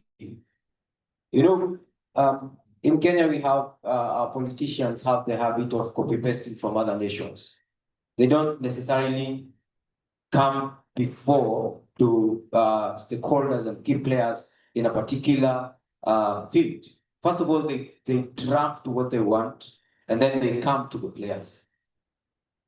For e-mobility to grow well, the government needs to come to the players first, get to know what is happening, because not everyone in the government has done anything to do with e-mobility, but they have already come up with a framework or a draft. So for us to be able to make sure that the government is regulating it well, then they should first of all take the key players and stakeholders in e-mobility, get their views, then draft it after that. From there, we can be able to actually come up with a good framework of working towards e-mobility. Thank you. I think there's a question from, yeah. Yeah, so I just have a question to the panel, the EV industry player, the three of them, and of course the moderator. And we sense almost the wave of rejection of the interoperability, because of course the tech is in the battery. But it was reminiscent of a different industry, the LPG industry actually did back. And there was talk of having a universal regulator. And every OLC actually was just saying the same thing. But then look at the customer side. The Seligman has said that 1 hour is too long to wait for the battery to charge. 3 hours is safe. Because we're dealing with two-wheelers, we have marketplace when goods move. We are looking at scaling e-mobility across Africa, with manufacturing, with the buses. It means, and they operate basically the margin of minutes, 30 minutes, 1 hour.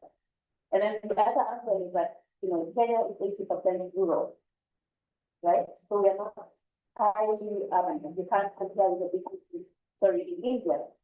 And then the gentleman talked to us about the charging infrastructure in the city. It's almost impossible.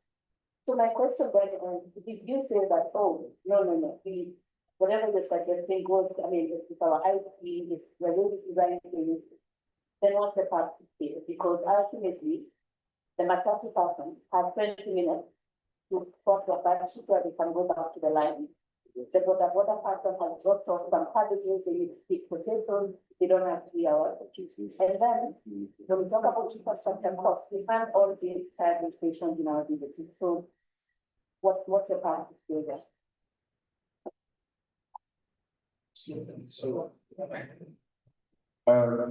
So I think on the LPG side, it's the same thing. Well, those are regulators, those are people fighting because maybe they don't top up the gas, the tank as much as the other person cut out. But it's gas, we all use it the same way. So there's not much difference in that regulation really down the center. And it doesn't cycle with regulation. A gas tank is a gas tank. But here, the difference between, the type of batteries they're using, the type of VMS, the type of current, the type of motor, there's, like Tom was saying, there's so much you have to align.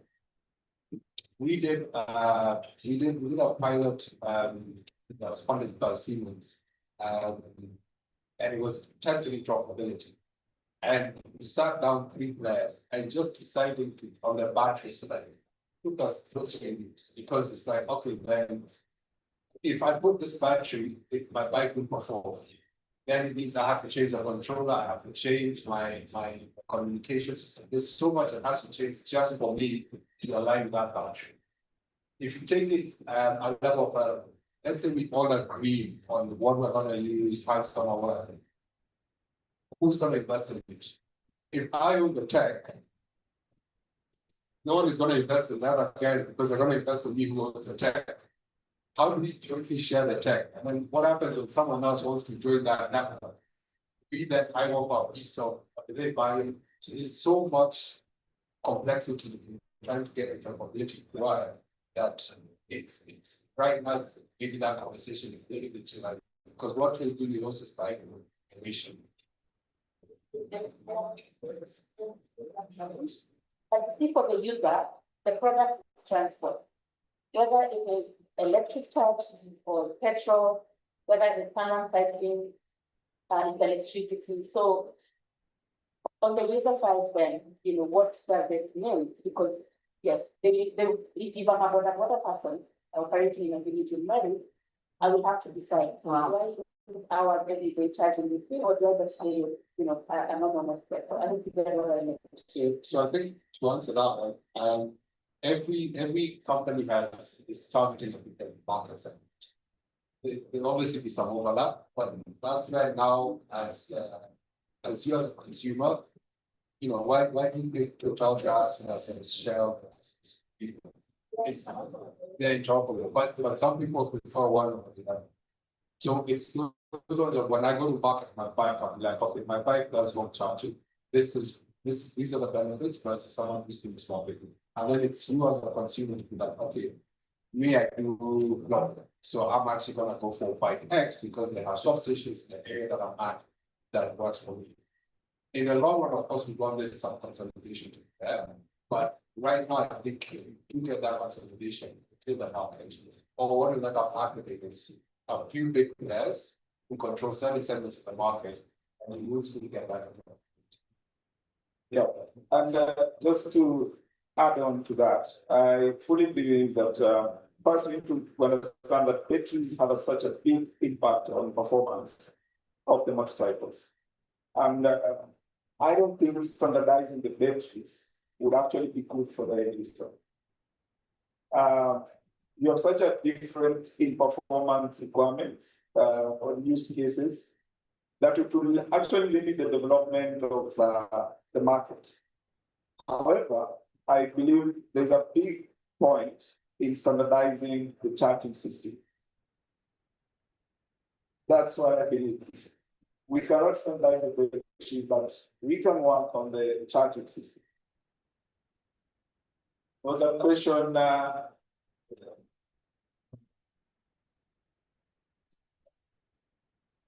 Let's pass the mic.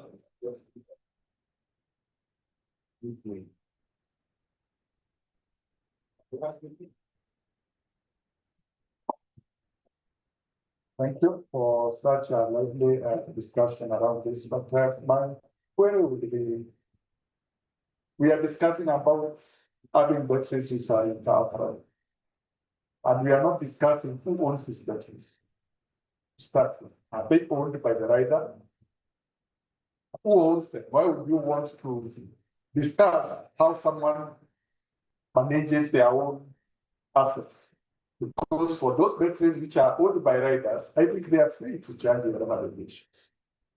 But these other ones are owned by operators who I think also have a right to determine how they manage their assets. Some years back, we tried to make gas cylinders interoperable. And we went with it for some years. What happened? Why did we revert? So instead of looking at a battery which can be used by everybody, I will look at a charging station which is charging or which is swapping all these batteries, such that I am a universal operator and I can charge 3 or 4, 5, whichever number, just like our local gas operator in the Kijiji. They are all, I go with Total, with change, I go with Shell, with change. So why would we not establish universal charging stations, which is much more realizable than attempting to make batteries interchangeable across France? That would be my take on this. Maybe the panelists can comment. Thomas, your take. Hello, everybody. My name is Jesse Forrester. I'm the founder and CEO of Mars Mobility. And what is it, Dr. Mugambi? Engineer Mugambi says a reality for us today. So we're one of the few companies, probably the only company in Kenya that does interoperable charging infrastructure. We build swapping stations, but we also do charging. We work with various types of companies that maybe integrated 4 or 5 different batteries into a charging infrastructure network. And the belief that we have is quite clear. If whoever owns the battery does have self-determination on how to use it, I think interoperability on the battery with the chassis is going to happen eventually. I think there will be a conversation between different charge point operator networks that will begin to talk to each other, because that's also a complexity on their side. But what we're seeing is you then don't have to have duplicity of infrastructure. And then we also have better battery management across the board. Because Tom raised a very important point. If a battery was to explode or have a thermal event, is a more politically correct term, then I, as an operator, am at risk with multiple different types of companies. And then all of a sudden, riders are not able to pass my network. So I think the concept of having riders have choice is quite good, but the choice exists when they're buying the bike. So they have already made a choice onto what they're using. What we want to enable is them to then be able to charge anywhere they want. Well, when it comes to the drivers or the users of batteries or the motorbikes or the vehicles or the three-wheelers, no one cares where they are charging. That's the truth, like. What they want to know is, if I'm moving from Nairobi to Thika or Nairobi to Kisumu or Nairobi to Mombasa, if my battery is about to dead, can I get a charging station somewhere? That is majorly what they care about. That is majorly what they want when they are moving. They don't care who, they know the company that is, or rather, I have a wrong vehicle or motorbike. What I care about is the batteries that I have. If I go to another place and it is my battery is low, am I able to charge where I'm going? Will I find a charging port where I'm going? So that is the major issue that we have when it comes to electric mobility charging. And that's why I think the government is trying to roll out 10,000 charging stations up to around 2030. So majorly what drivers are looking at, will I able to charge in my next stop? Because if I go to somewhere, I don't find a charging port, if I'm not able to charge, that means I'll have to sleep there because I don't want to leave my motorbike so that it is stolen. So majorly, drivers are looking for sustainable charging everywhere they go, not just where they are, everywhere they go. I think, let me add on to something. Noticing that all the technical people are here. And I'm seeing there's opportunity between all these problems that you guys are having. That's number one, there's no shared knowledge. There's no knowledge base that you can pull from for the different experiences that each person is having for whatever product they're putting in the market. Two, there's an opportunity to have tech integrated with AI for you to identify the nearest charging station for whatever battery you have, or whatever product you have. So there is opportunity within the problems that you're having, but it starts from being able to access this knowledge from all the experiences that all of you are having and be able to see the opportunities between the problems. Thank you very much. Because of time, I think we can stop and keep this conversation going. The message is simple and clear. It's like the demand is here, innovation is here. Now we need to scale up charging access, financing when it comes to the asset, and also collaboration to deliver impact faster. So that means there is opportunities for OEMs to be able to collaborate on infrastructure and the technologies. So let's keep this conversation during our lunch break, keep it going, and thank you very much. A round of applause for the.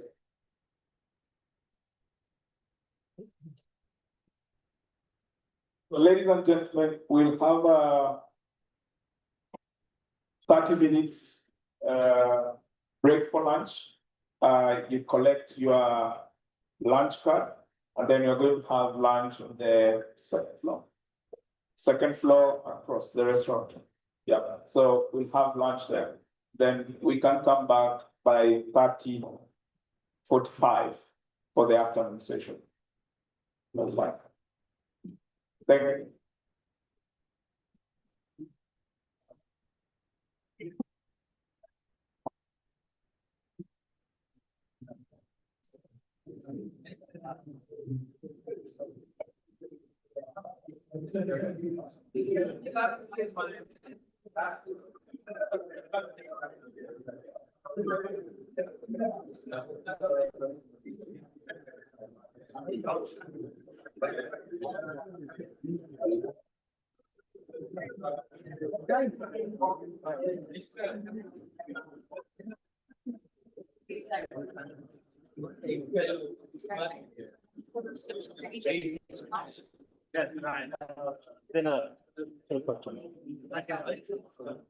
Engineer, how are you? Yeah.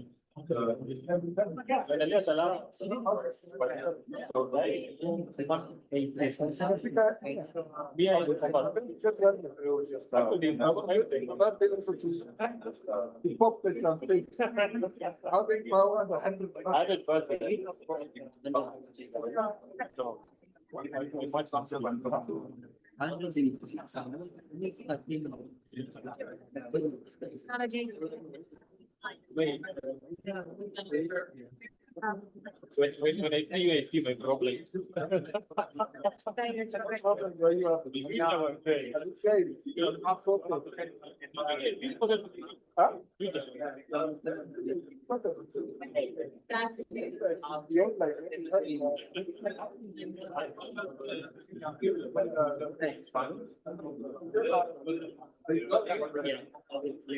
I prefer to say about the model. Why do they have it?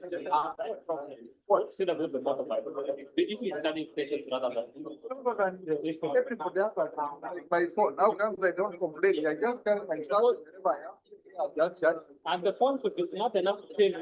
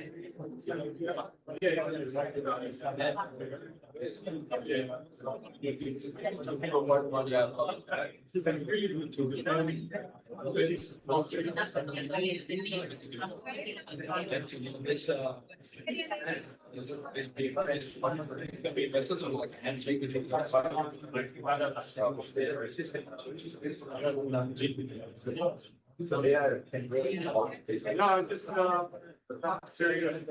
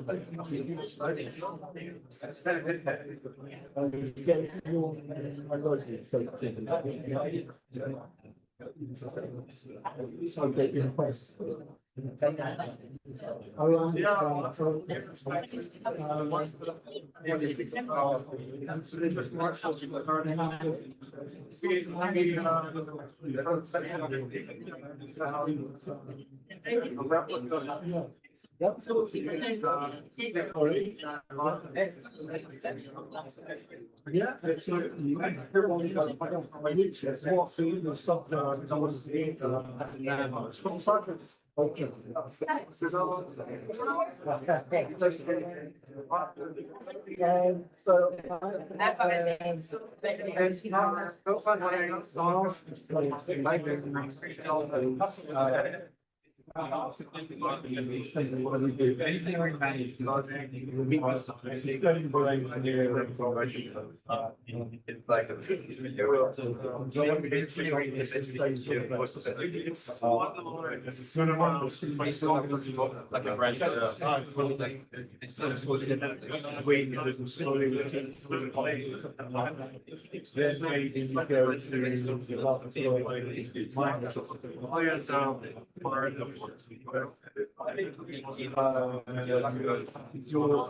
I've seen one hand before.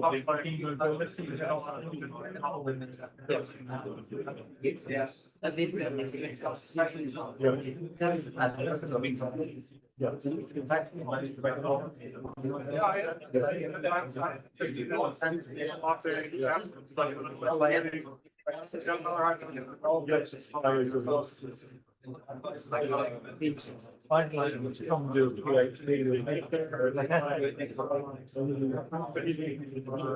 I think it's a one of the things.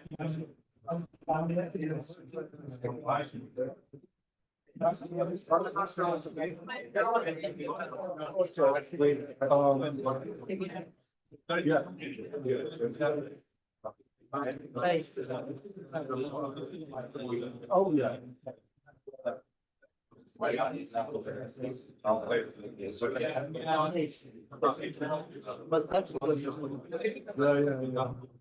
Yes.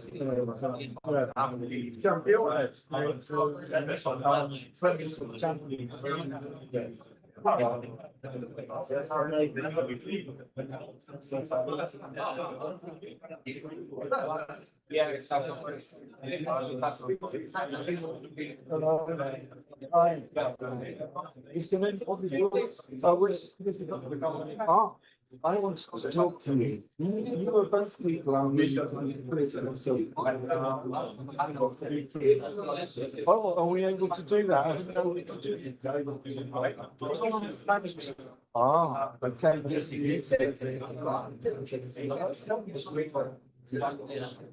Okay, cool. So yes, I noticed you do the bikes, there's quite a lot of your bikes out on the street, yeah, thank you very much.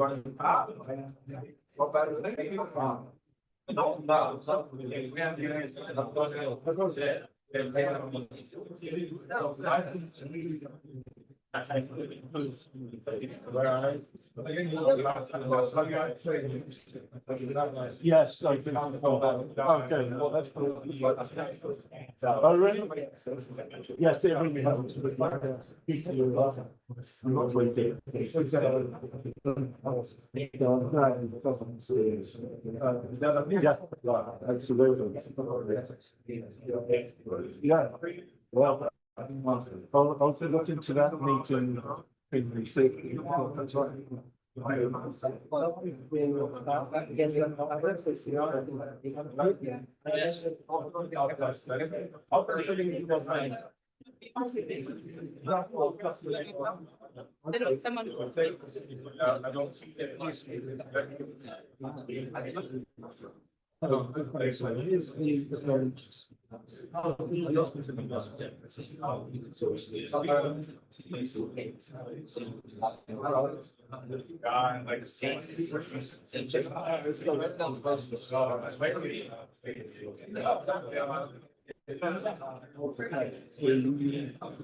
So here I am.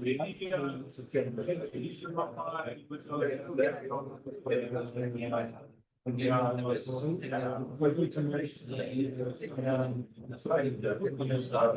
yeah, I've got all that, so I've logged in, this is it takes them to.